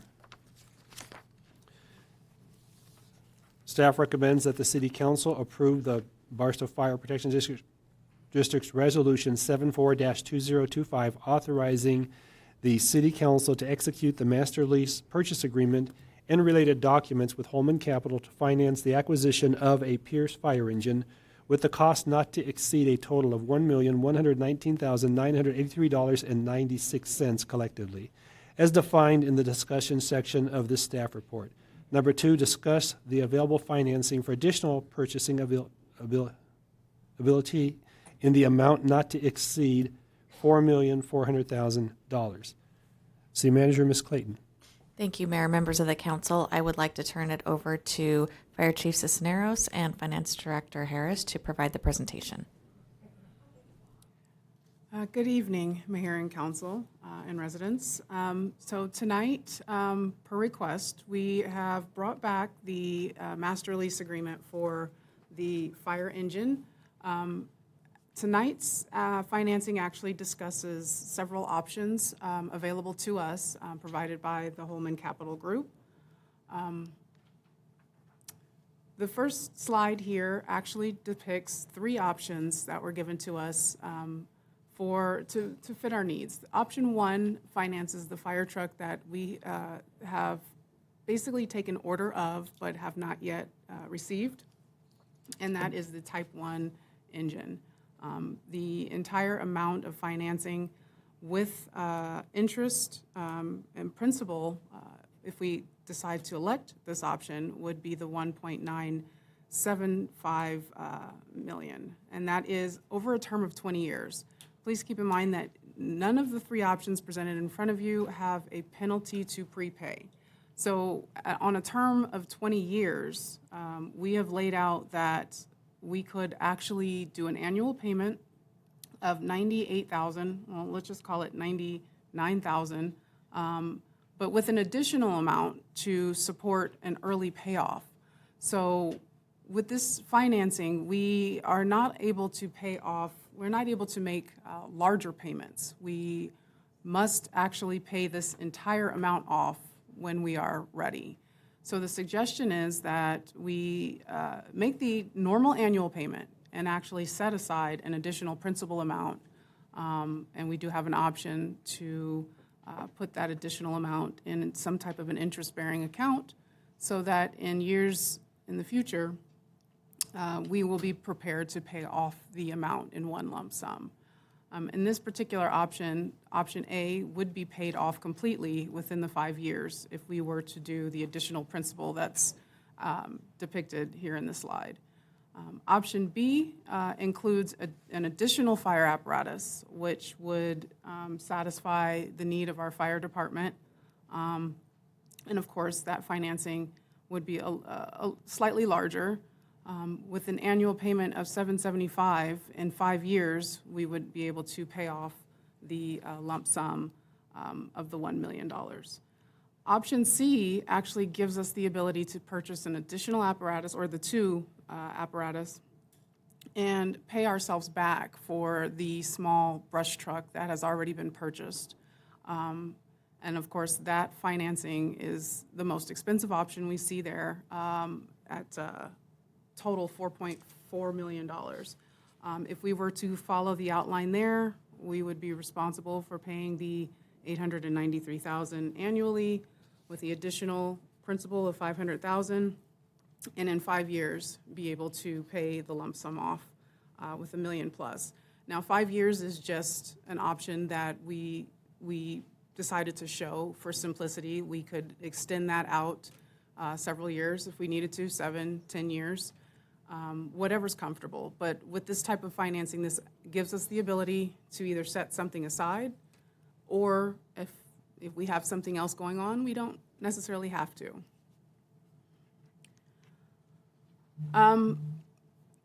Per request, I've included a slide that has some of the debt that we already have are ongoing here for the city. And this includes the lease revenue bonds, which was refinancing of the SB Sarah unfunded liability when we annexed in the fire department. And that began in 2021 with a beginning balance of $8.2 million. The idea behind the financing was to receive a savings in interest rate, and that amount was the $1.7 million that you see far to the right. Currently, our payment on that is $670,000 annually, and there's a remaining balance of $7.3 million. And of course, the pension obligation bonds, which was the latest financing that we just did in '22, and that also was to refund some of the pension liability between fire as well as the city. And that beginning balance was $27.8 million, with an annual payment of just under $2 million. But the savings that we received behind that refinancing was $2.78 million.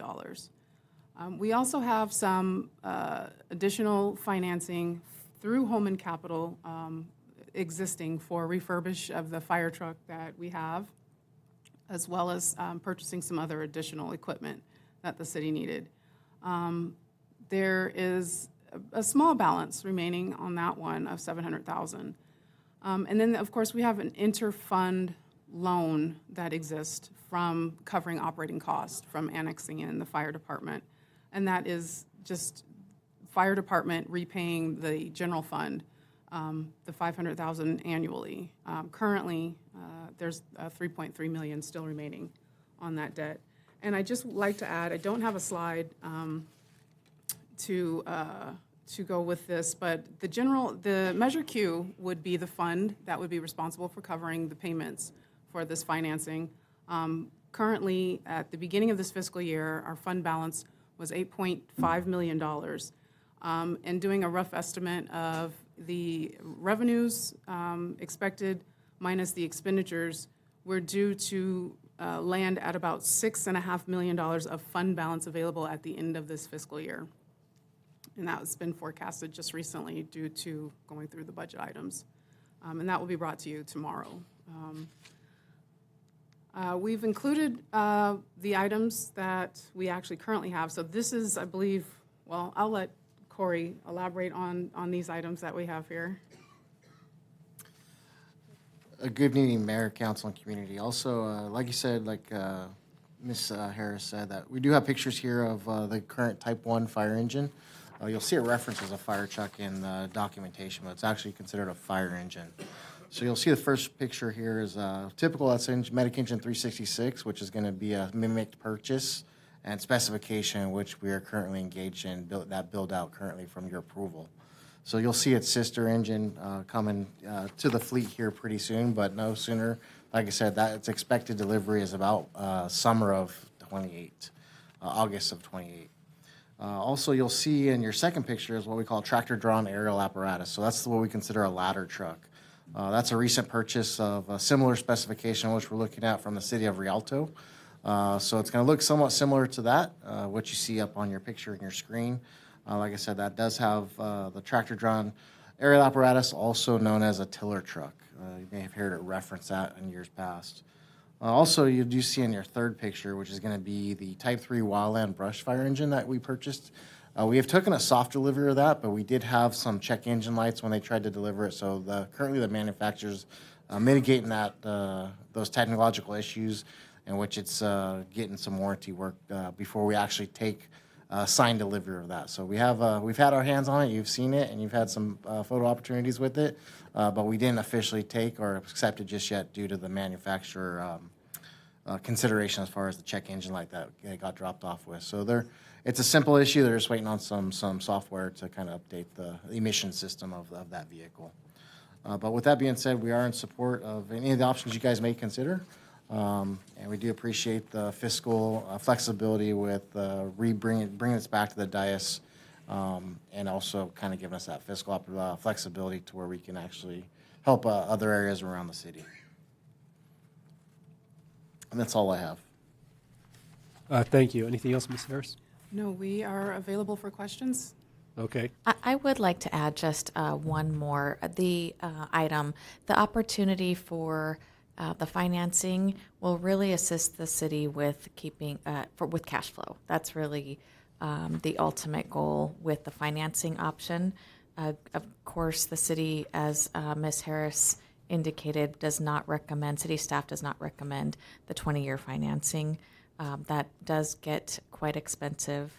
But in the short term, in order to have the fund balance remaining healthy while we take the opportunity for the financing option, and also give us the opportunity to develop a repayment plan within 5 to 7 years, depending on your direction. But with that requires setting aside a certain amount of money that we've indicated. For instance, for the option B, we could pay that in 7 years with the budgeting $775,000 a year. That's the repayment plus the set aside to fully repay within 7 years. The other thing that does for us is it builds in a replacement plan for future items, meaning after this is repaid in 7 years, we will still have future needs. And if we plan to budget a replacement fund, and that is a designated fund for future capital replacements, then we don't see as much of an impact like this being $1 to $2 to $3 million. We have a fund built up specifically for that, and we develop that full replacement plan of our total inventory. So with that, I just wanted to add that additional information that this is just the beginning step for long-term planning and a good option for the city to move forward. So with that, we'll be happy to answer any questions. Thank you. Councilmember Hernandez. Thank you. The first question I have, can we approve a resolution for the Barstow Fire Protection District when it's not included in our agenda item? On that front, the financing is actually by the city, not the Fire Protection District. The Fire Protection District is not able to borrow money at the present time, so it'll be the city borrowing the funding and approving the financing. Right. And with that, I will add that these were the documents that were presented previously. Because this was, Ms. Harris had the meeting with Home & Capital on Thursday. We had a tight time frame to post the item in the agenda. So what we took were the previous documents, that there are some typos from and I apologize, I indicated this to council in an email, but I did not indicate it to the public tonight, that we did have some attachments they were duplicates of the previous attachments that need to be updated with the current information of myself and the current amounts. No, I just want to clarify legally where we stand, that we're not making a mistake and then we have to redo. The other question I I had. It was my understanding that we paid for the brush truck. That is correct, but this option gives us the ability to actually reimburse ourselves and simply finance the brush truck after the fact. Okay. It is just an option. It does not have to. That's yeah. all right. I'm not refinancing myself. Okay. And then I like the idea of 5 years. But my question then is, all right, we have Measure Q, and we really haven't done our budget. We're going to do it tomorrow. My preference would have been that we had done this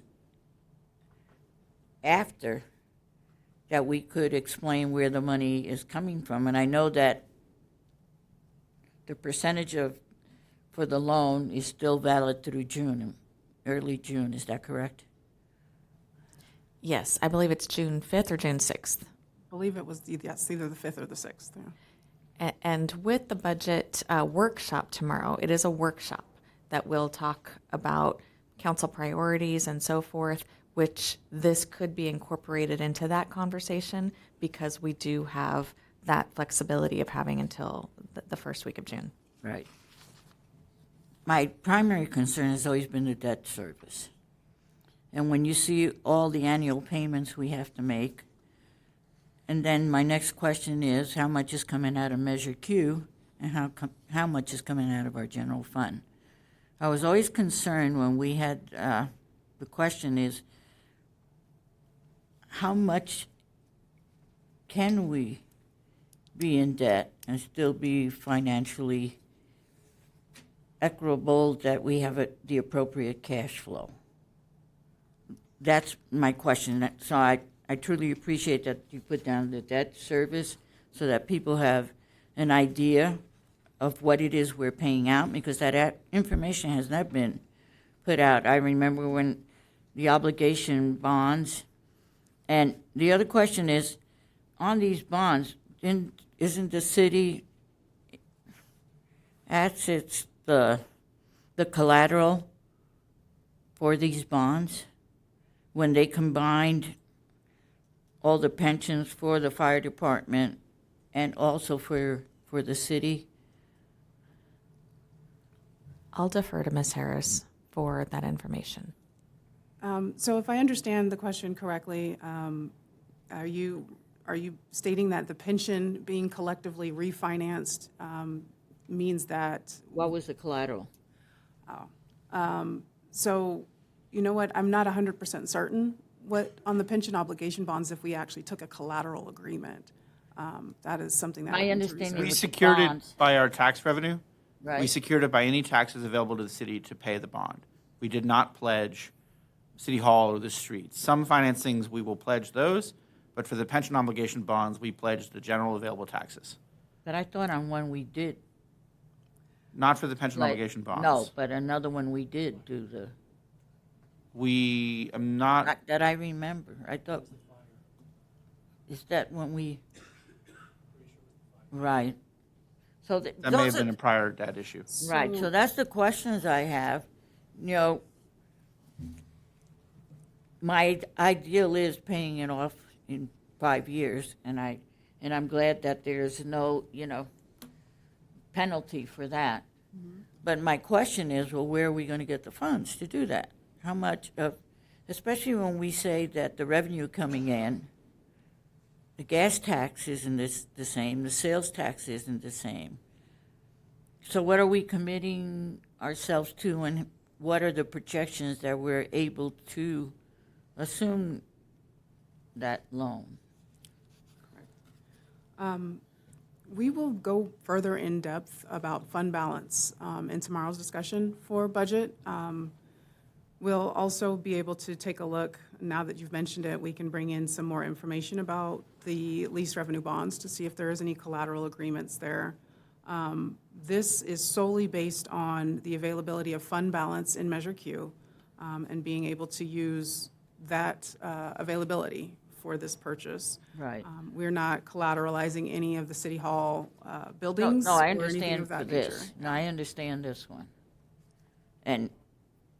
and the need, you know, for, and it takes 2 years down the line before they're gonna get it, and Correct. so I'm fine with the 5-year and we pay it off.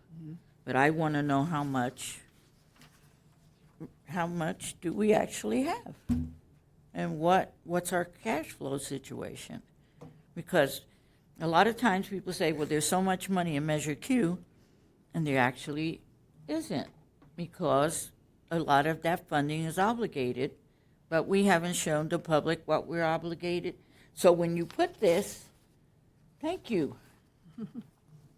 Because we have a lot that we have obligated, you know, with the fire department. I want to ensure that we have the resources to maintain. So I'm in agreement with us setting aside for the future, because we haven't done that. So that's all my questions. I'm done. Thank you, Councilmember Hernandez. Mayor Pro Tem Rose. Thank you. Well, this is a lot to absorb, because when I asked for this to be brought back, I was expecting for the one to be brought back, but now we're asking for the stars, and I don't understand why we're looking at a ladder truck when we had a hiccup last week in regards to a ladder truck. We had a hiccup, and when I say hiccup, I was informed of the hiccup, and now we see it in front of us. This was not part of the deal for me to bring this back and discuss going even further in debt and adding a ladder truck. And so I am really shocked. So my question is, and this is for you, Chief Cisneros, hypothetically, let's say we approve the ladder truck and go further in debt. How many people does it take to man that ladder truck? And I don't believe we have enough people to man the truck, so we're going to order a truck, but then how are we going to afford to hire 12 fire people to man that truck? That's not in the equation here tonight. It's just ordering something that we cannot man. We just can't run it unless there's another budget that we're looking at on hiring all these other people to man that truck. So how many people does it take to man this ladder truck?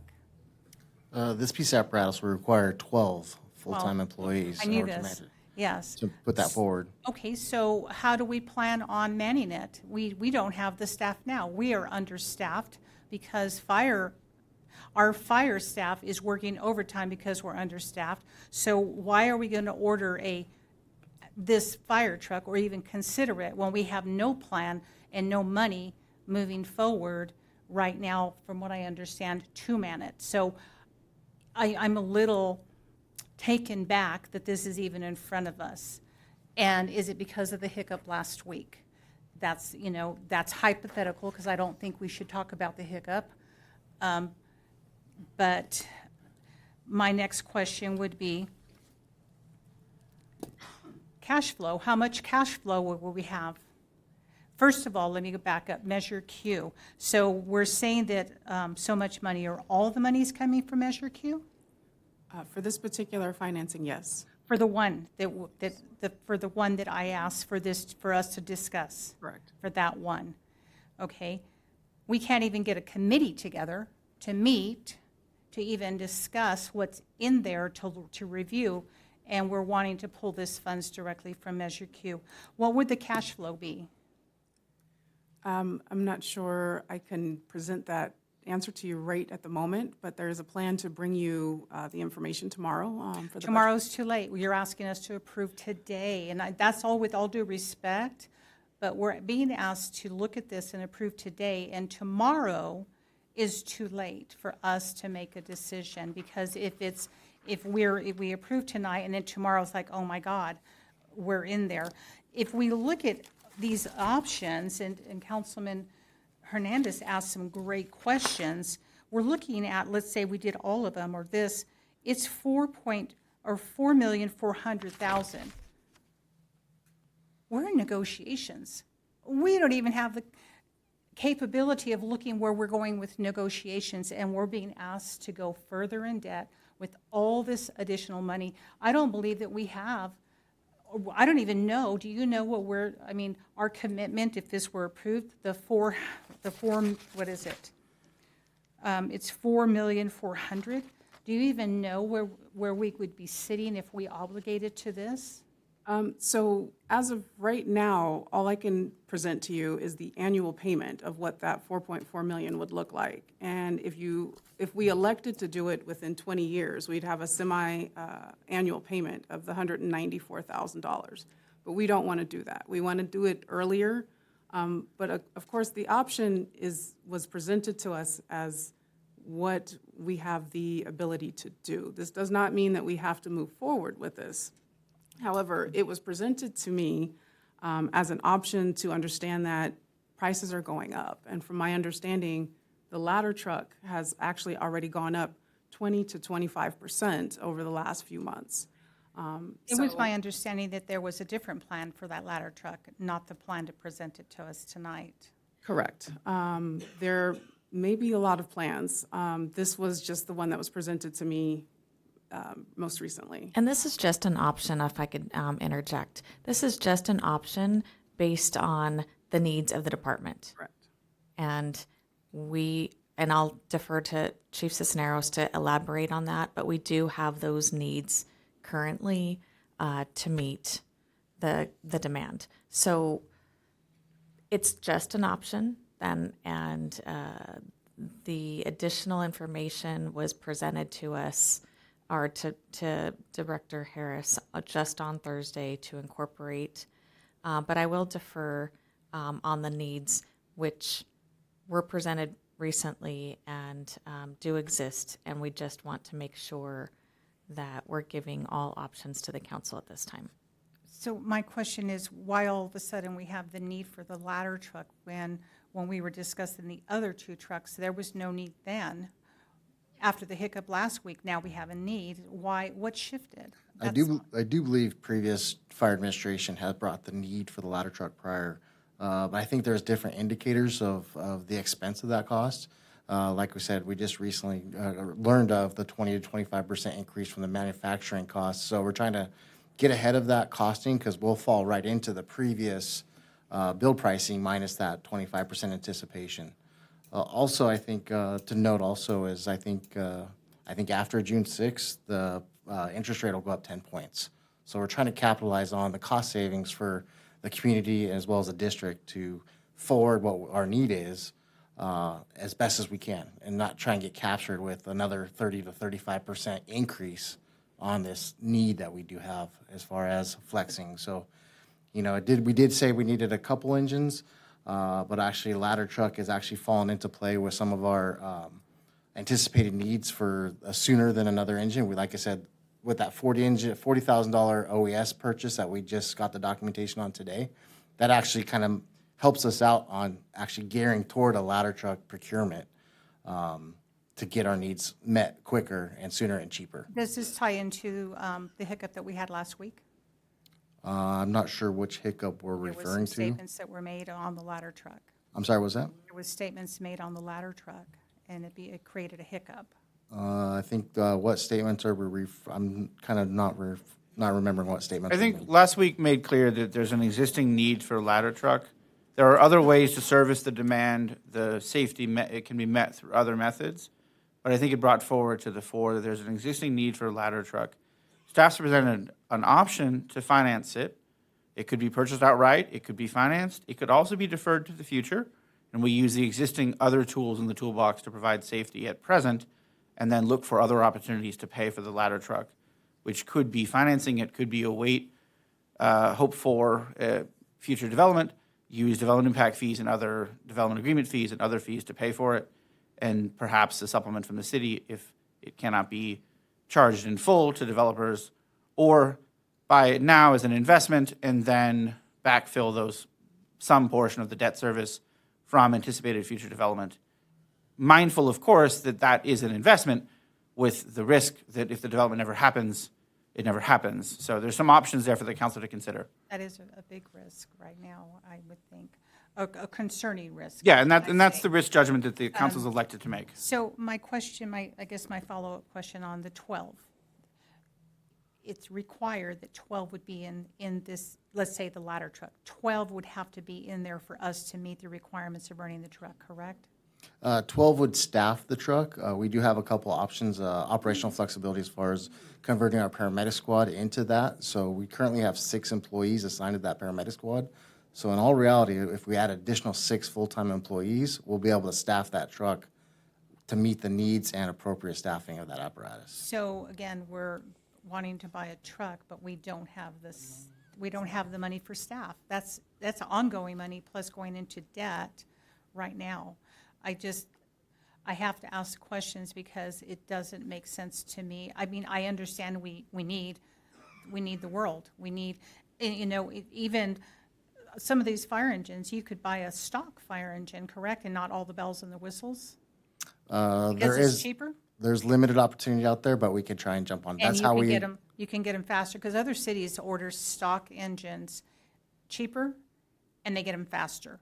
We don't have to wait for a year or whatever. They can get them within 6 months or whatever, correct? It depends on their availability, and sometimes as soon as you can get those in within 1 year. Have you considered looking at stock? We have tried to look, but every time we look, we lose out on the opportunity because those are a hot commodity right now with people with cash in hand, or agencies with cash in hand. We don't have cash in hand? Well, it depends on which apparatus we're referring to. But the original direction of purchasing the Type 1 engine for $1 million, $1 million and change, it still stands. We were going to actually write a check from the Measure Q balance for the lump sum amount. So if there was an opportunity that we could come across the truck for that price, I'm sure we could exchange like for like. But I don't know if that's an option, if they can come up across an engine that's stock and available. And when I asked for this to be brought back, it was for the one apparatus Correct. to discuss, correct? Yes. And we talked about that it would be agreeable if we could do a short term. Councilman Hernandez had said 5 years. Going past that doesn't make any sense. I mean, that was one of the reasons I said, let's bring it back. And when we originally had been presented with it, when it did not pass, there was a cash flow concern then, correct? Correct. And we weren't told of that, though, correct? We were kind of like in the dark. Well, no, there was discussion about doing, the original discussion was bringing financing, and there was some discussion about what was the fund balance in Measure Q at that point in time. So the direction originally, I believe it was back in July when this financing was brought to council, was 3 different time periods of financing for the 2 apparatus. The cash option wasn't part of the presentation, but it became part of the discussion. So staff went back, we evaluated the option to purchase this outright with cash in the fund balance, and that's when we discovered that if we choose to do that, it will create a cash flow issue because you disperse all of the cash in one go, but we receive revenue over the course of several months. So in order to avoid that, we decided to try to come back and discuss the financing option again. During that course of time, we did receive the 1 truck, so the $500,000 and I believe $80,000 has since then been dispersed. So we do have the option A of the original 1 item that is left, that is on order, that we will receive, that can be paid off in 5 years. We can certainly go that route. When I went back to our Holman Capital Group and said, can you please refresh the numbers? We want to have this discussion again. They let me know that, hey, if you're going to do this, why not present all options that are available? So that is why we are presenting these numbers as they are today. And they're selling us their product, correct? Yeah, so that's why they want to add more. A sack lunch would have been nice too to add to it, worth $5 million. No, I'm just kidding about that. But so I do remember when it was presented that we had asked the questions that can we pull it from Measure Q and pay it out? And the answer was yes. I remember that, and I see Councilman Hernandez is shaking her head because we were told yes at that time that we could, and it would leave us with 6.5, correct? Something like that. We were told yes, correct? Correct. So, okay. That's all for right now. Thank you. Thank you, Mayor Pro Tem Rose. Councilmember Williams.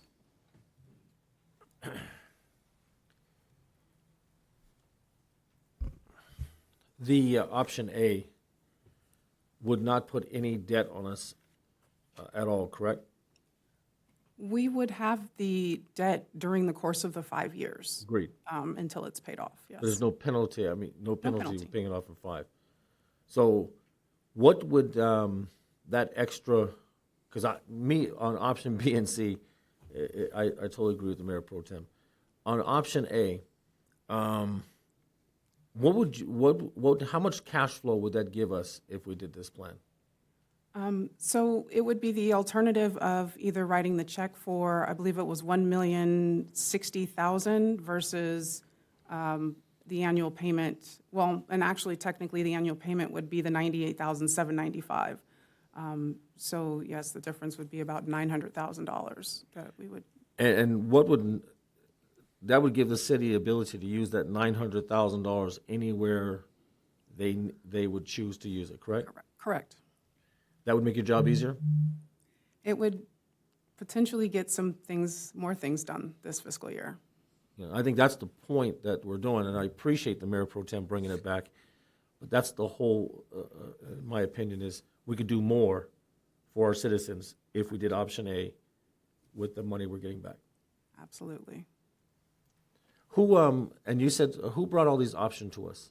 So the Holman Capital Group, which is who we have current financing through for another item. So no one from the council or staff brought that to you? That was a discussion on that?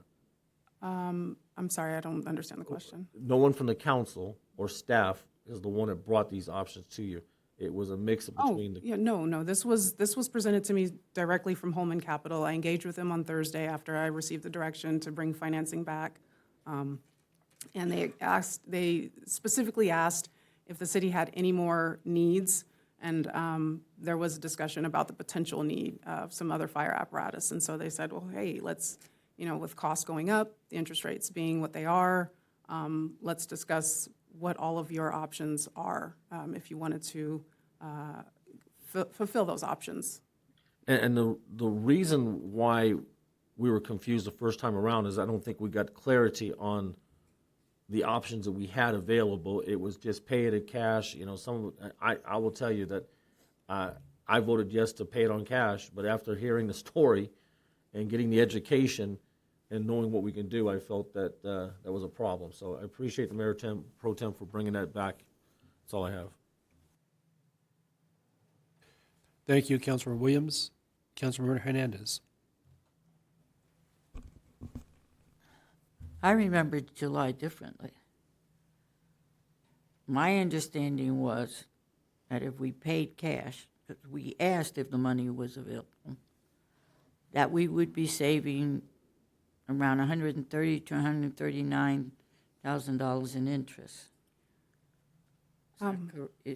That was my understanding. Is that correct? There is still, the discount exists because we are paying the manufacturer in full. So this is similar to us going to our own credit union to get financing to purchase a car. Right. Instead of financing through the actual manufacturer, we're financing on our own. So we would present the payment in full to the manufacturer, and that would include the discounted rate. Right. And that was my understanding when we had that discussion. Rather, than getting into debt, because we didn't know what our debt service was. So that was the motivation by the council, is we thought, well, we're saving money, and we have the money. And now it turns out that it wasn't necessarily the case. But I wanted that clarification, because we didn't, we're going to buy the engine. There was a motivation behind it, that we were going to save interest. So thank you. Thank you, Councilmember Hernandez. Councilmember Williams. Let's be honest, we didn't have this option in front of us. This option wasn't given to us at the beginning. If we knew that, we made a different decision. That's why Mayor Pro Tem, I believe, she brought it back, is because we didn't have that option. It's still not costing us nothing to gain $900,000. I mean, that's We're not in discussion yet, Councilman okay, Williams. well, there you go. Thank you, Councilman Williams. Mayor Pro Tem Rose? So it is costing us money on interest, correct? Correct. Because to say it's not costing us is not accurate. It is costing us in the long run, because if we would pay out in cash like we had originally said that we would do, then we would, because we were told we had the money, correct? At that time. We were told we had the money. That's why the council made the decision. But in saying that, it will cost us in the long run. But if we pay it in 5 years, it does save versus paying the 20 years, correct? Yes, and I would like to clarify that it's not a sense that we don't have the money. We have the money in fund balance. The difference is if we pay the money, it keeps us from doing other items. So we have a need for different things for the parks. Last year we created, I want to say $850,000 in park improvements. Those are the things that we would have to basically budget better on this year. So we would not be able to budget another $850,000 in parks because we would have obligations elsewhere. So it's not that the money is gone or we don't have any money in fund balance. It is a balance of how do you want to spend the liquid money in your year of fiscal operations. So when we say that we had the money and you were told that we have the money, yes, that is accurate. We have fund balance available. How we budgeted that fund balance during that year is what creates a cash flow issue. So do we want to pay out the $1 million and basically take other capital projects off the table, or do we finance it and do those other capital projects and not have to wait until other fiscal years? Those are the difference. Thank you. I think we all understand that and how that works, and I appreciate you reiterating how it works. But at the time when we made the decision, we weren't told this. We weren't told it would create a cash flow, correct? We were just told that, okay, it's going to be paid out, and then it would just bring down the Measure Q account by that amount, correct? That's what we were told. Yes, that is and that's why we made that decision. Okay, thank you. Thank you, Mayor Pro Tem Rose. Mr. Matthews, I believe the question is going to come up from public because it came up in the public comments. Can you explain the procedure that brought this back to the dais, the legal procedure that brought it back to the dais? Yes, a motion for reconsideration, if made by a member who voted in the majority on a matter, can be seconded by anybody, and under our protocols, 2 is sufficient to put something back on the agenda. Because we haven't yet issued the payment, it is not beyond the point of being revised as to the decision, so it returned to the agenda for review. Thank you. Thank you. Madam Clerk, any questions from public? We do. Our first speaker is Mr. Mike Hernandez. We'll come back to questions after. I didn't see it.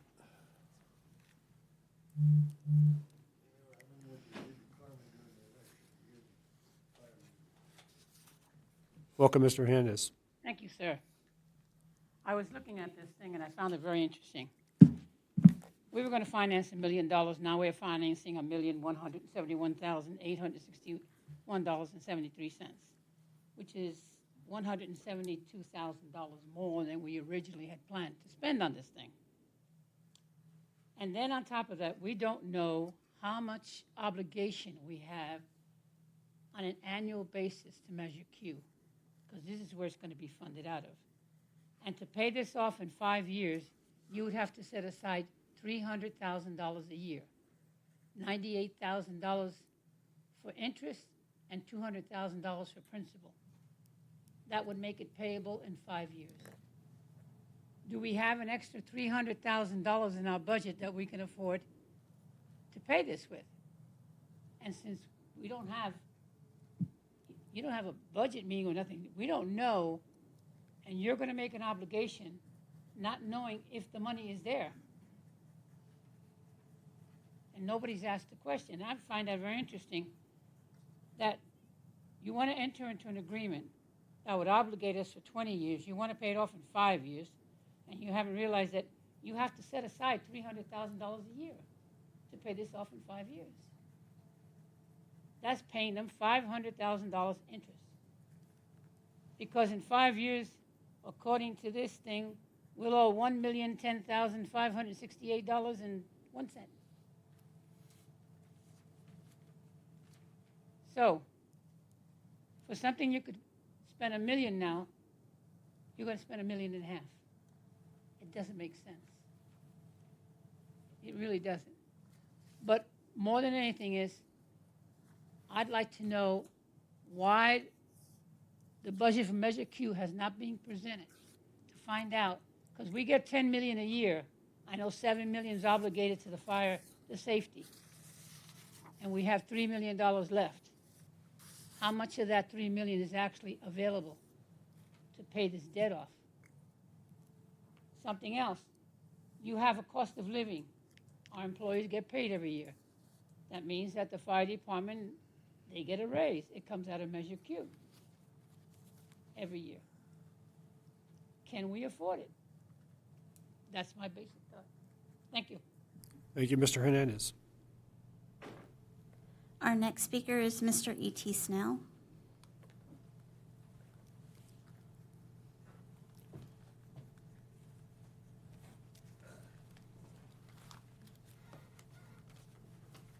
I want a big red fire truck too.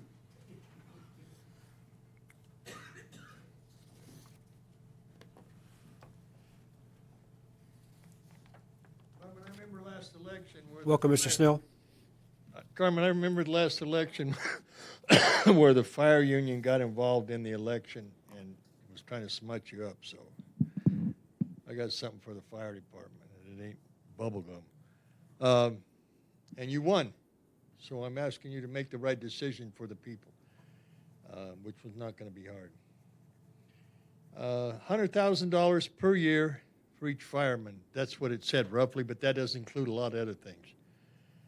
How many volunteers do we have in the fire department? I know a lot of fire departments back east complete all volunteers, but we've got this union that's involved out here, and they were a good example when they attacked Carmen. They've got too much influence. I think we ought to go to a complete volunteer fire department, because I know I'd volunteer. Matter of fact, I had a battery fire in my motorhome, and I live out in Newberry. I had to put it out myself, burn my finger, but I was able to do it. I used to fight fires as a kid at 16 years old, so it doesn't take a rocket scientist to fight fires. It just takes a little training. And I think our Barbara Rose, you're a doll, man. Thank you for, we're going to buy a fire truck where we can't staff it. Hello, Earth the fire department. Does anybody realize what's going on here? Thank you for bringing that up, because common sense is our best gift. Let's see here. Yeah, $100,000 per year. I mean, we got 18 firemen, is that right, on the fire department? 18, how many? We need to bring back Napoli. Napoli was on the job. He was sharp. He fired back, and this guy's asleep at the switch. I mean, it doesn't take a rocket scientist to answer that question. But anyway, special ed don't have nothing on it. But I'd like to see going to some volunteers in our police department too. I don't see any volunteers out, because these unions got us by the huevos. And I think I think we should go to all volunteer fire department. I'd be the first one to come in here, and finding 18 people in the city that would help. I think it'd be great. I wish we could bring back Napoli. He was the greatest guy I've ever met in politics. I really miss the guy. So you guys might think about bringing in some volunteers, and the police department too. Are you going to be able to meet with me? I want to go home today. I'm tired. Are you going to call me? Thank you so much. I appreciate that. Thank you, Mr. Snell. Please note, this is a public comment, not Q&A. I don't allow staff to get into a question and answer with public, so please don't put down the staff for following my rule. We have no more comment on this item. Thank you. I'll bring it back to council for questions at this time. Questions? Councilmember, I'm sorry, Mayor Pro Tem Rose? I do have a question going back to, it was in July that we had spoken about this, and at that point, when we had decided prior to that to pay this in full, that Measure Q funds was going to drop down to about 6 million, 6.5. And we haven't purchased that truck through Measure Q, and we're already at 6.5. Where's all the money going out of Measure Q? Because if we would have bought the fire truck out of Measure Q, we would be down to, what, 4.5 million? So where's the money going? Because now we're down to 6.5 without even purchasing the truck that we had said we would. So at the time that we made that assessment, that was prior to overtime cost that is put into Measure Q throughout the course of the year. Of course, there was also the additional park improvements that we did for that year as well. So there were other costs that came out of the fund throughout the course of the year that made an impact to the fund balance. Overtime costs from which department? Both fire and police. And is that because we're understaffed? Correct.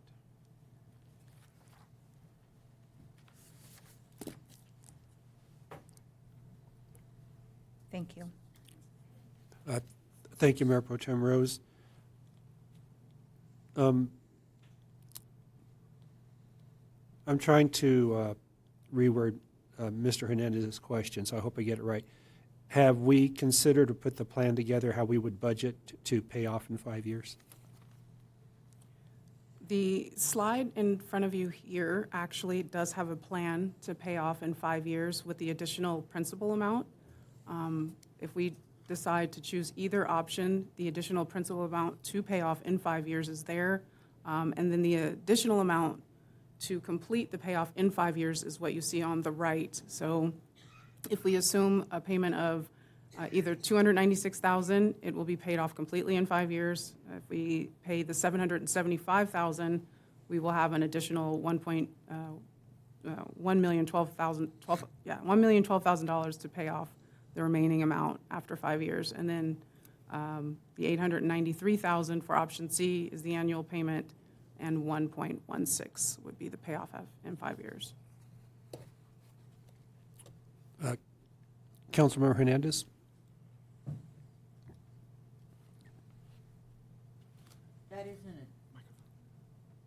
That isn't really a total annual payment. That's what we're setting aside.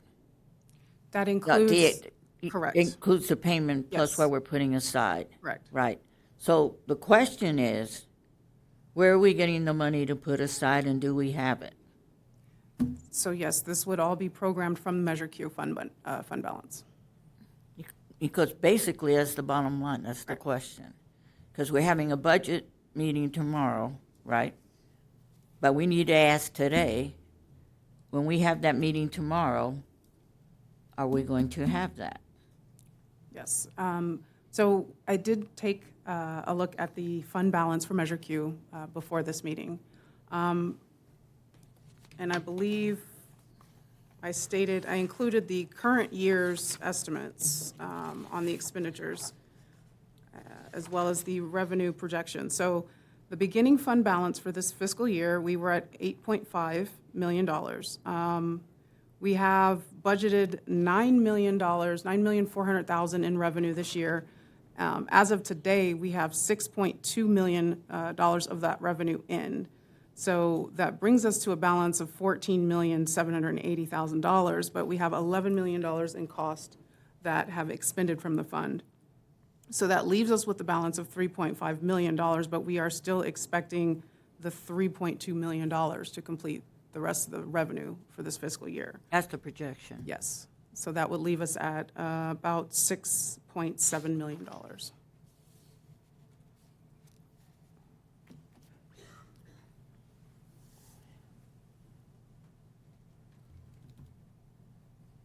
I just still wish we had done this in reverse.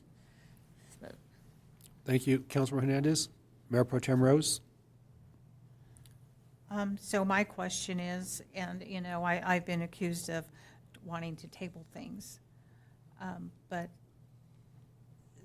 this makes sense that if we want to have our budget workshop tomorrow so that we can see a bigger picture and then bring this back to us, then we would be able to make a better informed decision to see what we're looking at.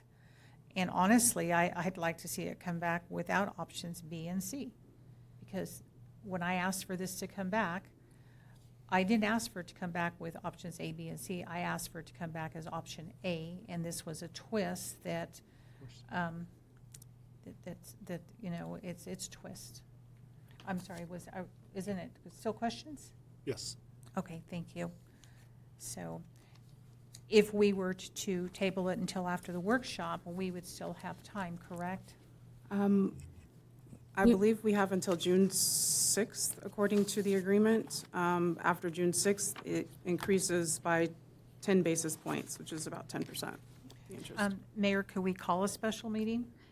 We do have a meeting on June 3rd. I would just want to ask staff, I believe what the proposal states is that funding has to happen by June 6th. Correct. So I would like to propose that question to Holman Capital in that could we have a decision June 3rd evening, give them the information by June 4th, and have the funding go through that quickly, or would they need to know sooner? If they need to know sooner, we would have to propose a special meeting.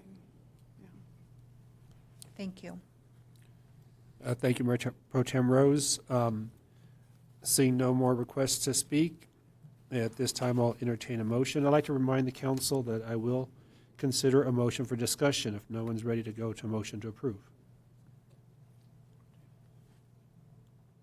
I'd like to go ahead and do a motion for discussion and further discussion. Okay, I have a motion for discussion by Mayor Pro Tem Rose, a second by Councilmember Hernandez. All for the vote.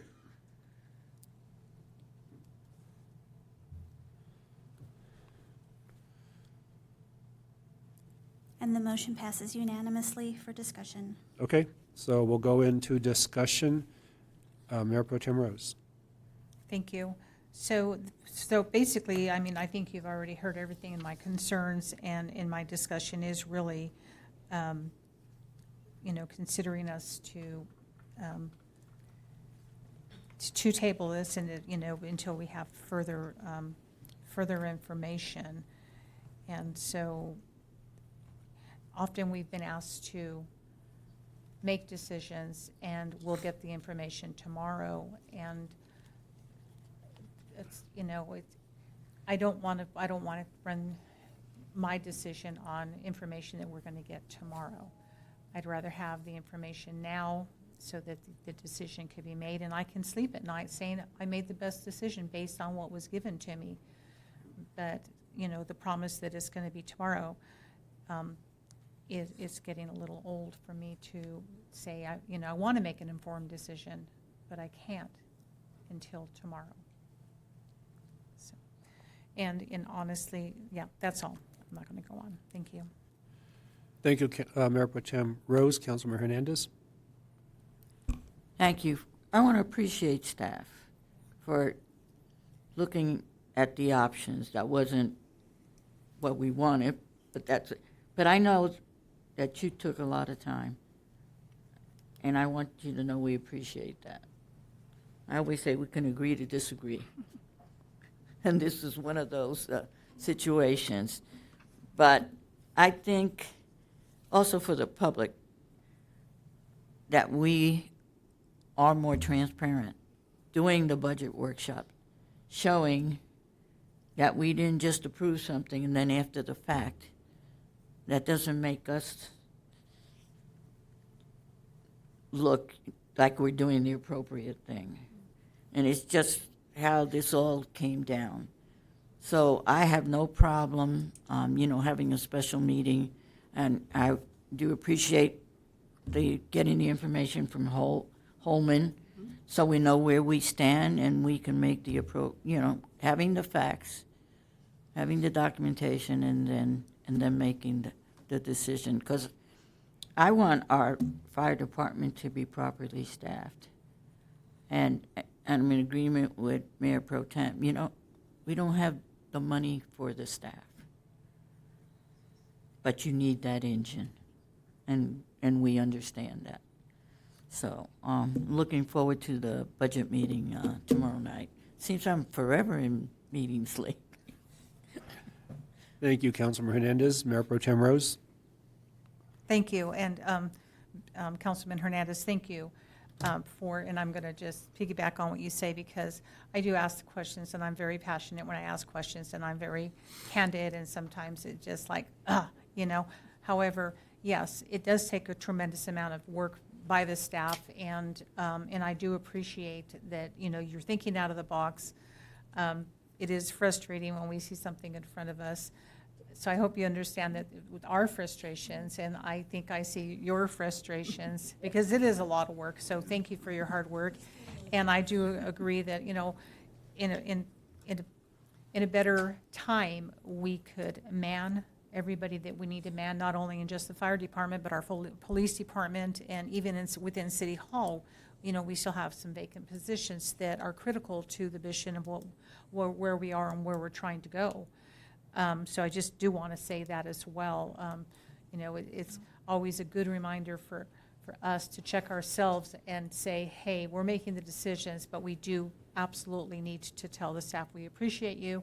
Thank you for your hard work.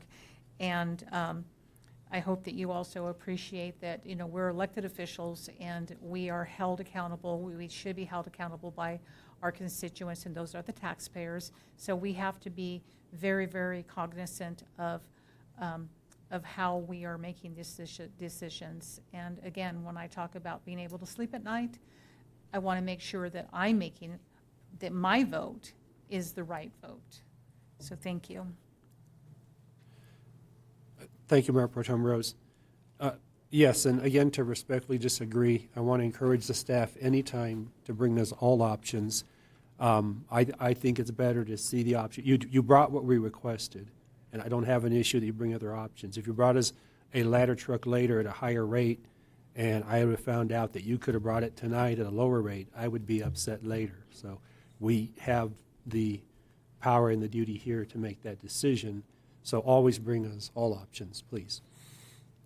I see no more requests to speak, so at this time I'll call for a motion. I'd like to go ahead and motion to table this as discussed, and with the option of to table it until further workshops and stuff, and then hopefully a special meeting if we can get it agendized. Thank you. I'll second. Okay, I've got a motion by Mayor Pro Tem, a second by Councilmember Hernandez to table, bring it to the next meeting, or schedule a special meeting if not enough time to approve at the next meeting. Any discussion? Seeing none, I'll call for the vote.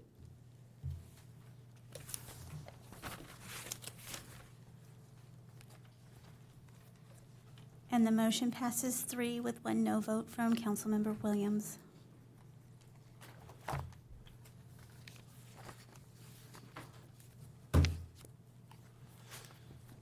Okay, with that, we will move on to our public hearing section of the agenda, item number 11.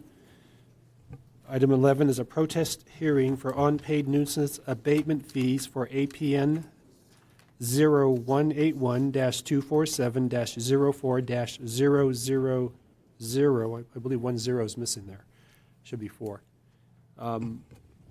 Staff recommends to conduct a protest hearing for APN 0181-247-04-000, subject to the testimony received, adopt the attached resolution number 5220-2025, making determinations and confirming assessments and proceedings for unpaid nuisance abatement fees, and waive the full reading. City Manager, Ms. Clayton. Yes, thank you. I will turn this over to Ms. Harris to provide the presentation. For the nuisance.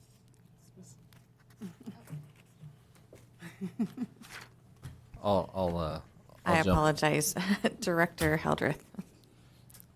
I'll start the presentation, and if I need any clarification, Ms. Wilbond and the code enforcement officer also is here to provide clarification if needed. What you have, good evening, Mayor and Council. What you have before you tonight is a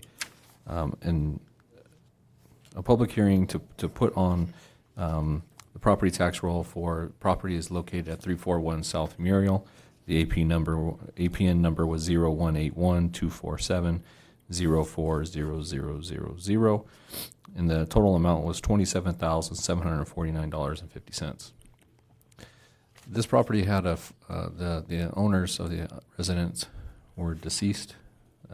There was a fire at the location, and so all efforts through the city to try to get the property secured and boarded and then also cleaned up were not able to move forward. So whenever situations like that and the family is unresponsive, whenever situations like that present themselves, the city has to do an abatement where we go on the property and we clean the property and we secure it. So what we're asking for you to do tonight is to approve the resolution to put to recoup our cost, the city's cost, on the property, and if the property were to sell, then we would recoup our costs. And we're available for any questions. I see no questions from council. I do have one. So is this property being marketed? Are we expecting it to go to tax sale? We believe it'll go to tax sale. Thank you. With that, I see no questions from staff. I will open the public hearing at 9:18 p.m. City Clerk, do we have any requests to speak? Yes, we have Miss Virginia Brown.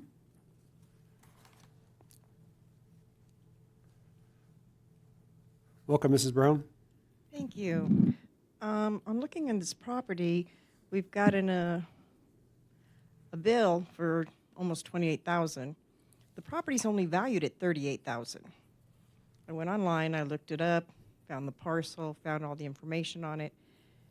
And I'm curious, when we say we made all attempts to contact the family, did we really?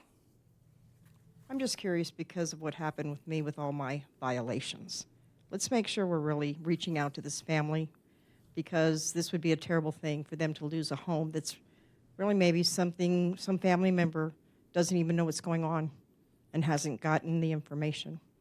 So I'd really like to see that we do everything to help this family instead of just doing what suits us. Thank you.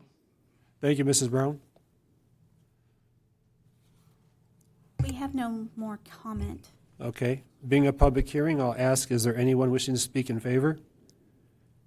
Seeing no one approaching, anyone wishing to speak opposed? Seeing no one approaching, I close the public hearing at 9:19 p.m. Bring it back to council for questions. Any questions? So Manager, Ms. Clayton, could you answer the question, what was the procedure for notifying? I will defer to Director Hildreth to answer that. Normal proceedings is that we contact the owner. We send a letter. We do every effort we can. Obviously, the owners are deceased, so I don't know who you'd contact and deceased. You can contact the other family members. We did receive information from the other family members saying, do not contact us. We want nothing to do with this. So we have all that written documentation as well. And I believe the property, I'd have to defer to Ms. Wilbon to give us a timeline, but I do know that property's been sitting there abandoned and dilapidated for quite some time. And so and just so everyone, for clear clarification, is code enforcement sends a letter to the registered property owner with your address that is on the county recorder.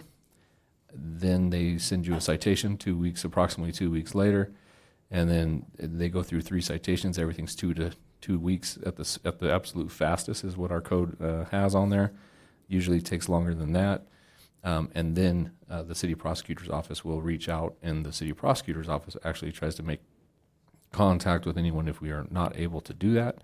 And then it actually goes through the court system. So we went through the court, got an abatement warrant to get on the property, so the judge went through everything as well.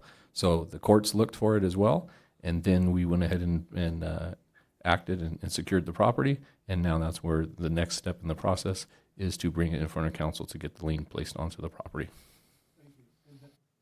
Thank you. And then second part of the question, regardless of the value of the property or asset, it would only make sense to lien the full amount of the lien, correct? Absolutely. Okay, thank you. Still seeing no request from council, I'll entertain a motion.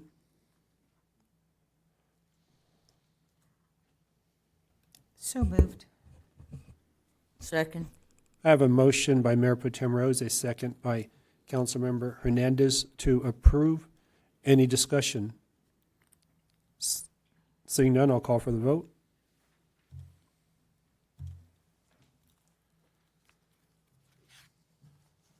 Motion passes unanimously.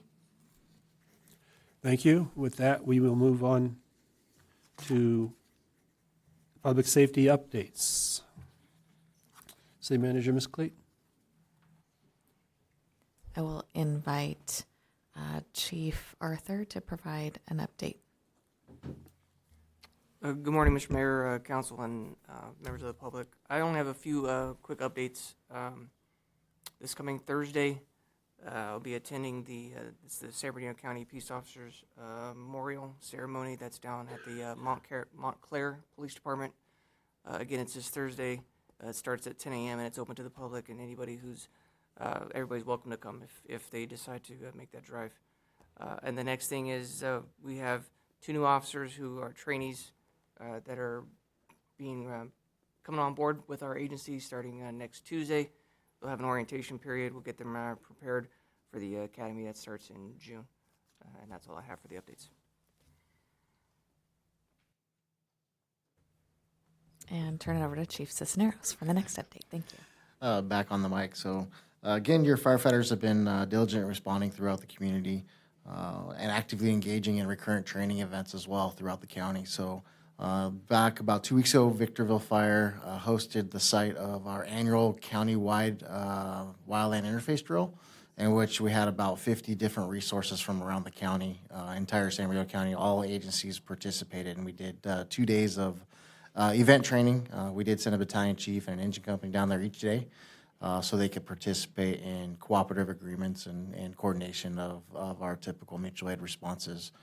Just to let you know, we did have 2 active fires within the region, not within the district, but within the region of the high desert.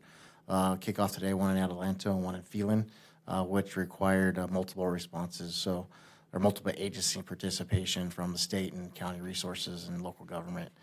So we're getting ready for the fire season to obviously kick off. Unfortunately, we're going to start seeing a little bit more activity throughout the community, but within the district, we've had a couple nuisance fires, a few structure fires, but we've seen an uptick in traffic collisions also within the unincorporated areas, the freeway, as well as in the city limits. So we advise everybody to kind of keep a head on the swivel with your radios up and your air conditioners turned up all the way in your cars to kind of keep an ear out for public safety and first responders. So definitely appreciate you guys' support with all the concerns this evening, and we're just looking forward to being providing more efficient service to the community with cost commensurate with savings and appropriate fiscal flexibility. So thank you very much. Thank you. With that, we'll move on to council committee reports. Councilmember Hernandez. Thank you. I wanted to start with my April 28th Mojave Air Quality. That was basically a budget meeting. And we're due to have another meeting on June the 9th. The second one I went to was the street committee on May the 7th. And we discussed funding, pavement preservation, and we will be informing the public as to what the intent is in regards to the streets once we look at our budget. So that'll be part of the discussion. Then 3, I went to the Mojave Waste meeting, and we postponed the segregation of trash, basically, because the way they want to look at it and count it, and so they're needing to get clarification from Cal Recycle. So as soon as we have that information, our staff will inform city residents, of what the requirements are. And last but not least, the Desert Mountain San Bernardino Transportation Authority meeting, which I'm so glad you voted that we'll get reimbursable funds on the bridge, and they will be closing out the bridge on December of 2025. They extended that.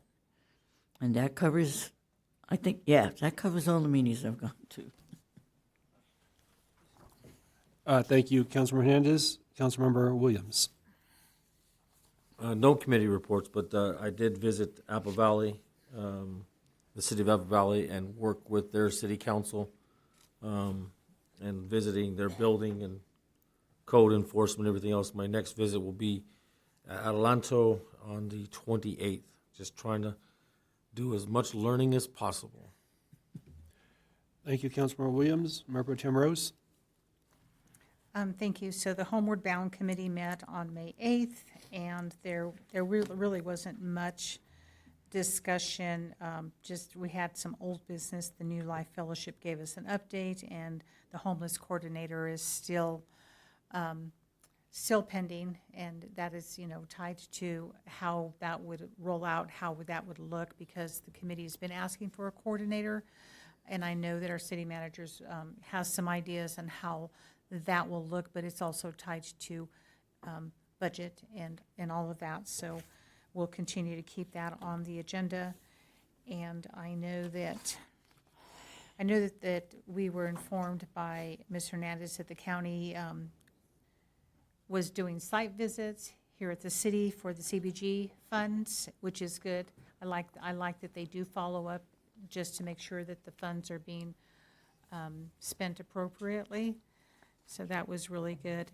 And then I believe that the city of Victorville did a 4-hour tour, and this was on the Animal Control Center. And are they ongoing tours, Ms. Hernandez? You could actually go online and register for their tour, but they'll also take you to their wellness center, or which is their homeless shelter. So there's tours that are offered, and you just have to register online. Yeah, I think that's a really good idea. I believe that a former council went and did some tours, and I'd like for us to do something like that, to go to see what they're doing in other cities and what's working for them. And we're still collecting men's undergarments for medium and large and extra large, and this is for one of the churches that is helping to shower the less fortunate. And that's it for that meeting. The next meeting will be June 12th. 5 p.m. And then our rules and policy is coming up. It's on May 27th at 5 p.m. Thank you. Oh, and I want to thank Councilman Williams for starting the Homeward Bound. I was running a few minutes late, so he next time I'm going to have him report out. Thank you. Thank you, Mayor Pro Tem Rose.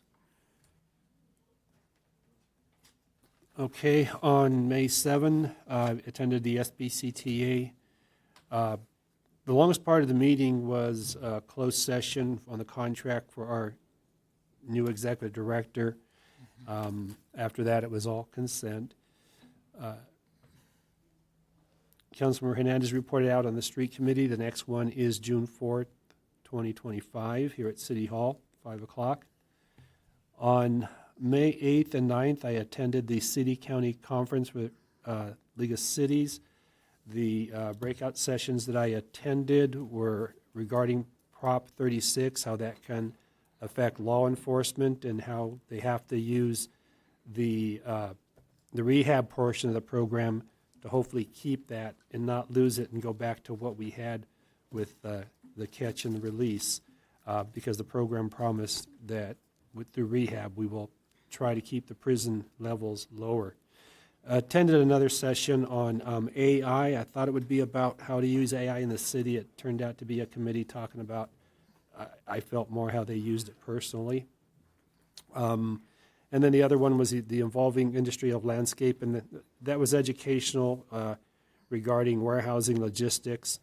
And for people that rely on Amazon a lot, the presenter showed how a certain city got a Costco and their sales tax barely increased. However, when they got an Amazon warehouse, their sales tax more than doubled.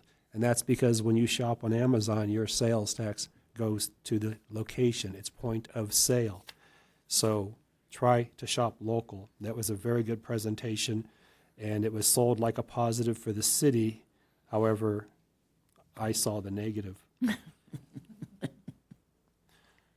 On 5/13, May 13, I attended the military affairs, and I didn't make a lot of notes because I thought Mr. Noble would be here to report out on that, as he's the main and I'm the alternate.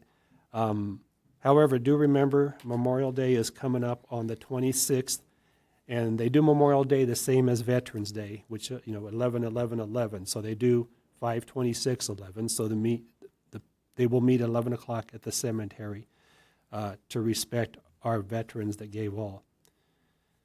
On the 15th, I attended the SBCTA Metro Valley Committee meeting, and that was just project updates with none in there for Barstow. We're working on getting projects in.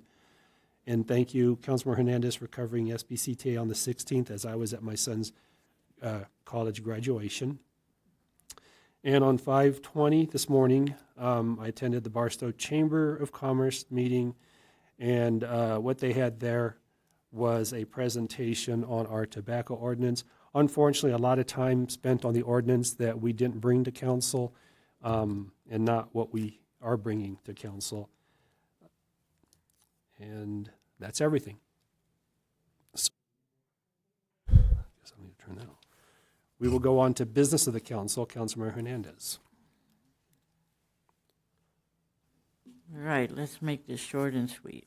I'd like a report on the Humane Society update, because we are providing funding there, and we haven't gotten a report as to the current status.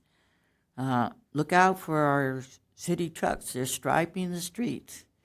And so the signal lights are also going out, so please slow down, and it'll look much better when they're done. And last but not least, I attended the second graduation that afternoon at Barstow Community College, and since I'm an alumni, I think it's great when they had so many graduates. And even better is that they have more vocational training for our kids, so you have an option. That's it. Thank you, Councilman Hernandez. Councilmember Williams. Yes. We talk about transparency, and I know that some of you guys don't believe we're being as transparent as possible. But there's only so much we can really talk about. You know, it's not like we have the power to do what we want to do. So with that said, I am trying to be as transparent and accountable as possible. You know, I'm doing things that some people don't like and some people do care or do like. You know, at the end of the day, it's a loss. Sometimes we get things done and we don't get them done. So I understand your frustration. For 4 years, I sat at that podium out there and drilled and drilled and drilled and drilled for the answers I was looking for. So I understand exactly where you're coming from. And I hope that you will get that update. For Measure Q, absolutely. We got to get this thing fixed. We got to get the program together and start having our meetings and start being accountable. To the chief, I want to tell you thank you for doing the neighborhood watch and getting me into a place where we can make a difference, because I'm going to lead that charge, and we're gonna bring you some help, and it's going to be help from the citizens and get that program back. So to show that you care enough to do that, I appreciate it. sometimes I do things that's not what everybody likes. I make things on Facebook, and people get their feelings hurt. I get it. I'm not that soft guy who's looking for everybody's emotions and everything else. My intent with what I do is not to attack or go after anybody. My intent is to educate everyone I can possibly do. Some people don't like it, some do. At the end of the day, I came into this thing with a phone, I'm going to walk out with a phone. I'm just going to tell you the way it is. If you get your feelings hurt, too bad. I'm a straightforward guy. I want to do the best thing for the city. Trust me, everything I do goes through the city manager and the mayor. Don't think I'm doing things by myself or alone. Every response we're getting back, positive and negative, I'm sending them to them. The reason I'm doing that is so we can make things better for all of us, not just for myself. I just want to make that clear. Thank you, Councilmember Williams. Mayor Pro Tem Rose. Thank you. I was just also going to say that, I want to make sure that the city's in compliant with the Measure Q and getting those meetings started. We had our voters, they voted in an ordinance. We have an ordinance, and we just need to make sure that we start. I'm not sure what the holdup is, but I'd like to get a report as to why we haven't met, and because the perception is that the city is the block wall, and that block wall needs to come down. So I'd like to find out why we're not meeting, because we did push to make sure that every seat was filled, and now they're not meeting, so that is concerning. So I'd like to get a report on that sent to all of the council members as to where we are and what the holdup has been. ADA parking. I believe we have ADA parking in the front. Is that correct? Somebody want to answer that? Yes? We do, correct? We have ADA parking on the side, primarily for the police department. So if we have ADA parking in the front, that should be ample. And if somebody's coming from the side and we're allowing them to come in, is that preferential treatment to one individual? Or should we have everybody request to come in through the side, because we cannot treat one different than the other? We have ADA parking in the front, and that's where they should be parking. And if there is access through this side, then everybody should be allowed to come through that side, not just one individual. And can you please contact E.T. Snell? This is for the CM. Town hall meetings. Councilman Williams talked about he's going to be, or he didn't say it, but he's going to be having a town hall meeting. What I would like to propose is at town hall meetings, like I could say I'm going to have a town hall meeting. The mayor and I have been talking about one, but it involves staff. It involves a lot of people to come to the town hall meetings. I would like to propose that we work with RCM to say, okay, this month it's going to be, 2 council members, the mayor, a council member. That way that your staff, Ms. Clayton, can plan it and say it's going to be this one and then this one and this one. Otherwise, I could say, hey, I'd like to have mine May 1st. And so I would just like to see a revolving town hall meeting so that your staff can plan and you can say, okay, this is what District 3 looks like. This is what the stats look like. That way it's on your time and you tell us when, we can have these town hall meetings. I think that it's great that we can do it on our own, but it might be more logistically better if you can tell us when we can do these with your available staff. Code enforcement problem with Christmas lights. I believe in Jesus Christ. 365 days a year. And if I'm going to keep my Christmas lights up because of my religious belief, anybody should, especially if they're white. But what's the issue? I don't know what the issue is on having Christmas lights up. I don't need an answer, but maybe if somebody can tell me later. But I don't have Christmas lights up. If they're working and they're white, a lot of other houses have white lights. I don't need an answer, though. And We'll as- provide information on that. Thank you. I really would appreciate, I know, I understand that's in a code, but. California Fire Code, Okay, so that's, but 30 days. yes, because, so can you just kind of inform me and, what that is? Thank you. And as far as transparency, I think that we all try to be transparent, and some of us don't pick up our phones and we don't blast Facebook. But I always say that if you have a problem with me or with the mayor, give us a call. Don't blast us on Facebook, because that's been happening and that's frowned upon. If you want to have a conversation with me as an adult, contact me. Be transparent and contact me, because there has been some statements, and it has put down the council members and the mayor as a whole, and I haven't received one phone call to say, hey, this is my concern. So I would like for us to continue to collaborate as a team, but that means also having adult conversations so that we can get past whatever the issue might be, because I'm not mad at anybody. I don't have a problem with anybody going on Facebook and informing our city residents. I think it's great, because we're a big social media world now. I think it's fantastic. But if you have a problem with any one of us, or if I have a problem with any one of you, I'm going to pick the phone up and say, hey, can we talk? That's the best way that I would like for things to be addressed, versus reading about something and saying, what? Who is this about? What statement was made? There's a lot of questions. So let's be transparent. If we talk about transparent, then let's be transparent. Thank you. Thank you, Mayor Pro Tem Rose. Okay, a few more things I attended that weren't committee. Park University on the 12th had their 150-year of existence, so I attended that. Didn't realize they'd been around that long. My wife graduated Park University, not 150 years ago. Better make that clear, okay. And then, as mentioned, the morning graduation for Barstow Community College, not there just because my son, council received an invite to attend as civic leaders.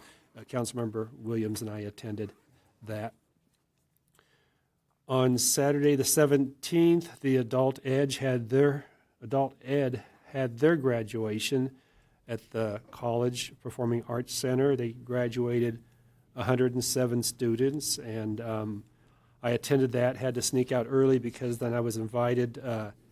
The United States Veteran Support Group gave out 5 scholarships, and at the Military Affairs meeting had mentioned they would like for me to be there, so I did show up.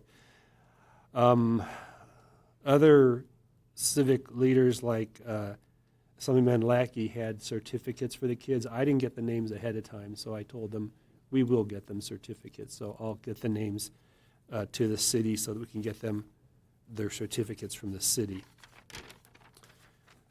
On comments, public comments, let me see if we want to address anything else there. Code enforcement, thank you for what you do. People don't realize how their hands are tied by regulations. I found out quite a bit today. And they do what they can. And what the public has to understand, we hear both sides. We hear the people complaining about code enforcement and the job they're doing, and then we hear code enforcement and the job they're not doing. And when I hear that, I try to get the full story. I try to find out, okay, why is this not getting done? We heard one tonight where the city finally had to take action and clean it up. Not everyone adheres. And I know code enforcement works with you because a rental I had once, and I wasn't aware of some vegetation was allowed to die. I got the notice. I didn't have the time. I asked for an extension. I got the extension. I wasn't mayor at the time, and I got it done. So understand we're hearing both sides. They're too tough. They're not getting it done. I got an email this morning from someone called complaining. I simply forwarded it to city And I'm sorry, I got the email about a week ago. I simply forwarded it to staff through the city manager to take care of. And these people that were very upset after being able to meet with code enforcement and understand what's going on, I now this morning got a great letter about the great job I did. And I told them, I emailed them back and say I sent it to staff and they took care of it. That's all I did. And that's the first thing I do when I get calls, texts. And by the way, Facebook Messenger is the slowest way to reach me. I don't spend a lot of time on Facebook. Call me, text me, 760-447-5050. I picked that number to make it easy. 50-50, I might call you back now. But that's the first thing I do. I got to hear the other side. I got to say, okay, I understand your problem. Let me talk to staff, and let me get back with you. And that's what I do. Some people are happy, some people are not, but we will always listen. We will always try to get an answer back to you. So just because code enforcement was brought up several times tonight, I just want to make you aware of that. Call us, we'll get you the answer. It's not, may not be the answer you want, but there's a reason for that answer. I had Measure Q marked also, but that's been addressed. Okay, and that's all I have. So we will go on to the city manager's comments presentations. Thank you, Mayor, members of the council. I have a brief update on some events that have occurred over the past few weeks and upcoming information. This was the Mother and Me Tea event that was well attended, and here are a few pictures. I understand that we did have a full house for that event, and it was very successful. The Mother's Day pickleball tournament that happened May 10th. Here are some pictures of the fun at the pickleball tournament. If you haven't played, it's a lot of fun. The upcoming events, we have the Henderson Pool opening on May 23rd. It'll be open 12 to 6. Swim lessons coming up. They'll be available every Thursday, with the first session beginning on June 5th through the 26th, and the second sessions starting on July 10th through the 31st. The Father's Day Tied with Love, color your Father's Day with love and tie-dye magic, June 12th at the Dana Park building. We also just had a Nike day at the sports park, which was very successful. I think they had about 20 kids that showed up, and they played a variety of games throughout the day. So the next one is coming up on June 21st. And pickleball camp at Dana Park Pickleball Courts will be June 23rd through the 27th. Registration on that comes up pretty quickly on June 2nd. And this week, on Thursday, I reported on this last time.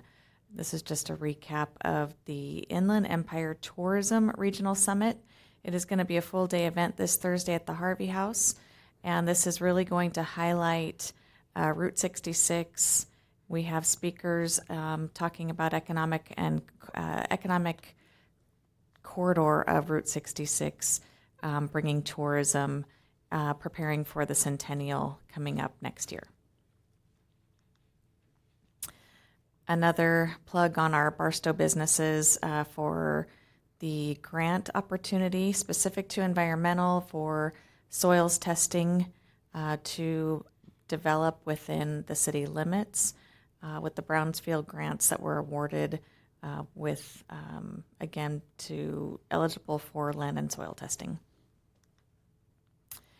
Upcoming, lastly, is the budget workshop tomorrow, 6 o'clock. I do want to follow up on some comments earlier. There was a comment about the proposed budget coming forward tomorrow, and that's not the case. It's actually a budget workshop. So this will consist of the priorities for the departments, but also incorporating council priorities. So this is the opportunity for staff to present the budget needs to continue operations, but also incorporate council priorities into that process. After the budget workshop is when we will develop a proposed budget based on those priorities and council direction during the workshop. The next step is to take it to the Measure Q committee, because at that time we will have a proposed budget based on council priorities to take to the Measure Q commission. And that'll come early June. And then on June 17th, we will bring the proposed budget back to council after getting a Measure Q recommendation to council for proposed adoption. Again, that's June 17th is when the proposed budget will come back. I did want to also follow up. I have the public notifications. I talked about this earlier when we were after the app, the city app presentation. This is forthcoming. I would like to get more information out to the public. This process that staff's going through now will enable some push notification via text message. We'll also have some enhancements to our website, but the big priority for me is to get information out to the public immediately. Most, not all, but most have a phone that can receive text messages. And what we'll do is launch a campaign. Will be about a 3-month process before we see any movement on this. But at that time, we'll launch a campaign for signups, and we will need the community to sign up. We'll have different avenues for those signups, and like I said, the campaign will go have different opportunities and different incentives to get those promotional signups. But with that, you can sign up for different types of notifications, and we can alert the city as to when workshops are coming up, when council meetings are coming forth, but also if we have a town hall, if we have a weather event, if we have a road and construction closure. Those are the types of notifications that we really want to get out to the public. So working again on the back end, getting our website functionality up to speed so that we can go forward with that, again with some improvements as well. I'm hoping by the end of this fiscal year to schedule, following all of the budget approvals and adoptions, a chat with the city manager so that you can bring forward your questions and have an interactive process with myself and staff. Lastly, I just want to provide a response to a few items that were brought up from council. One was a Humane Society update. Staff is proposing to revert our animal control services back to Humane Society. We have asked them for a proposal. We're in process of developing a proposed contract to bring back to council for consideration. That will be included as part of our budget workshop tomorrow, but that would be forthcoming back to council, projected for the June 3rd council meeting for consideration. But again, the budget information we do already have and will present within the budget workshop tomorrow. And lastly, there was a code enforcement request for information on the Christmas lights. I do want to point out, as the mayor stated, there are complaints and on both sides with code enforcement, but the goal of code enforcement is really to keep our community safe in looking at the safety issues. And I will ask Director Hildreth to just give that brief information he gave, elaborate just a little bit on the lights, since that was that was a question, to provide just a brief update on the safety factor with that. Yeah, so Christmas lights in the California Fire Code, and it also talks about in the electrical code that they're not allowed to stay up for more than 30 days. The reason why is, and even per the manufacturer specifications, if you were to look at your manufacturer specifications in Christmas lights, it details they're not designed to stay outside. Majority of Christmas lights, especially the residential ones that go on homes, are made of like 18 gauge wire, which is small, I guess you could say. Everything that's inside your home are at least 14 gauge wire, 12 gauge wire, and bigger. So being out in the weather, as in the sun and different things like that, they're not designed to stay out there. So that's why, and it's not the city of Barstow. Everybody likes to blame the city of Barstow for every single thing that we write up. Unfortunately, the state law. So we enforce the code that is given to us by our state legislator, and that's our job, and basically it is for safety issues, and that's why we address it. Thank you for that. And with that, that concludes my presentation, and I'd be happy to answer any questions. Are there any questions of the city manager from council? Mayor Pro Tem Rose? No, I just, I like the education on the Christmas lights. But even if they were up and not turned on, are they still a safety issue? Weather will beat them up. You would have to still take them down. I mean, the answer is probably yes, correct? Absolutely. That's like that maximum occupancy load sign right above the door. I'm sure we could fit more in here. But the code states that this is why, is because it's a safety issue. And that's why you have the rules, is because and usually the codes are always designed as reactive. And what I mean by that is that there's a tragedy that happens and the codes change. So for example, one of the biggest changes to the fire code was whenever the nightclub fire happened up in Oakland. The ghost ship is what they called it. Whenever that fire happened, there was drastic changes. The state fire marshal came out, the governor's office came out, that there's mandatory inspections. Everything changed across the board. So usually, and it's very unfortunate, especially with the fire situation, is there's a tragedy that happens, and then instantly the codes change to enforce things that are allowed or not allowed, and they get very, very, very specific with them. So, yep. Thank you, and seeing no more questions, by the consensus of the members, without objection, this meeting will be adjourned at 9:57 p.m.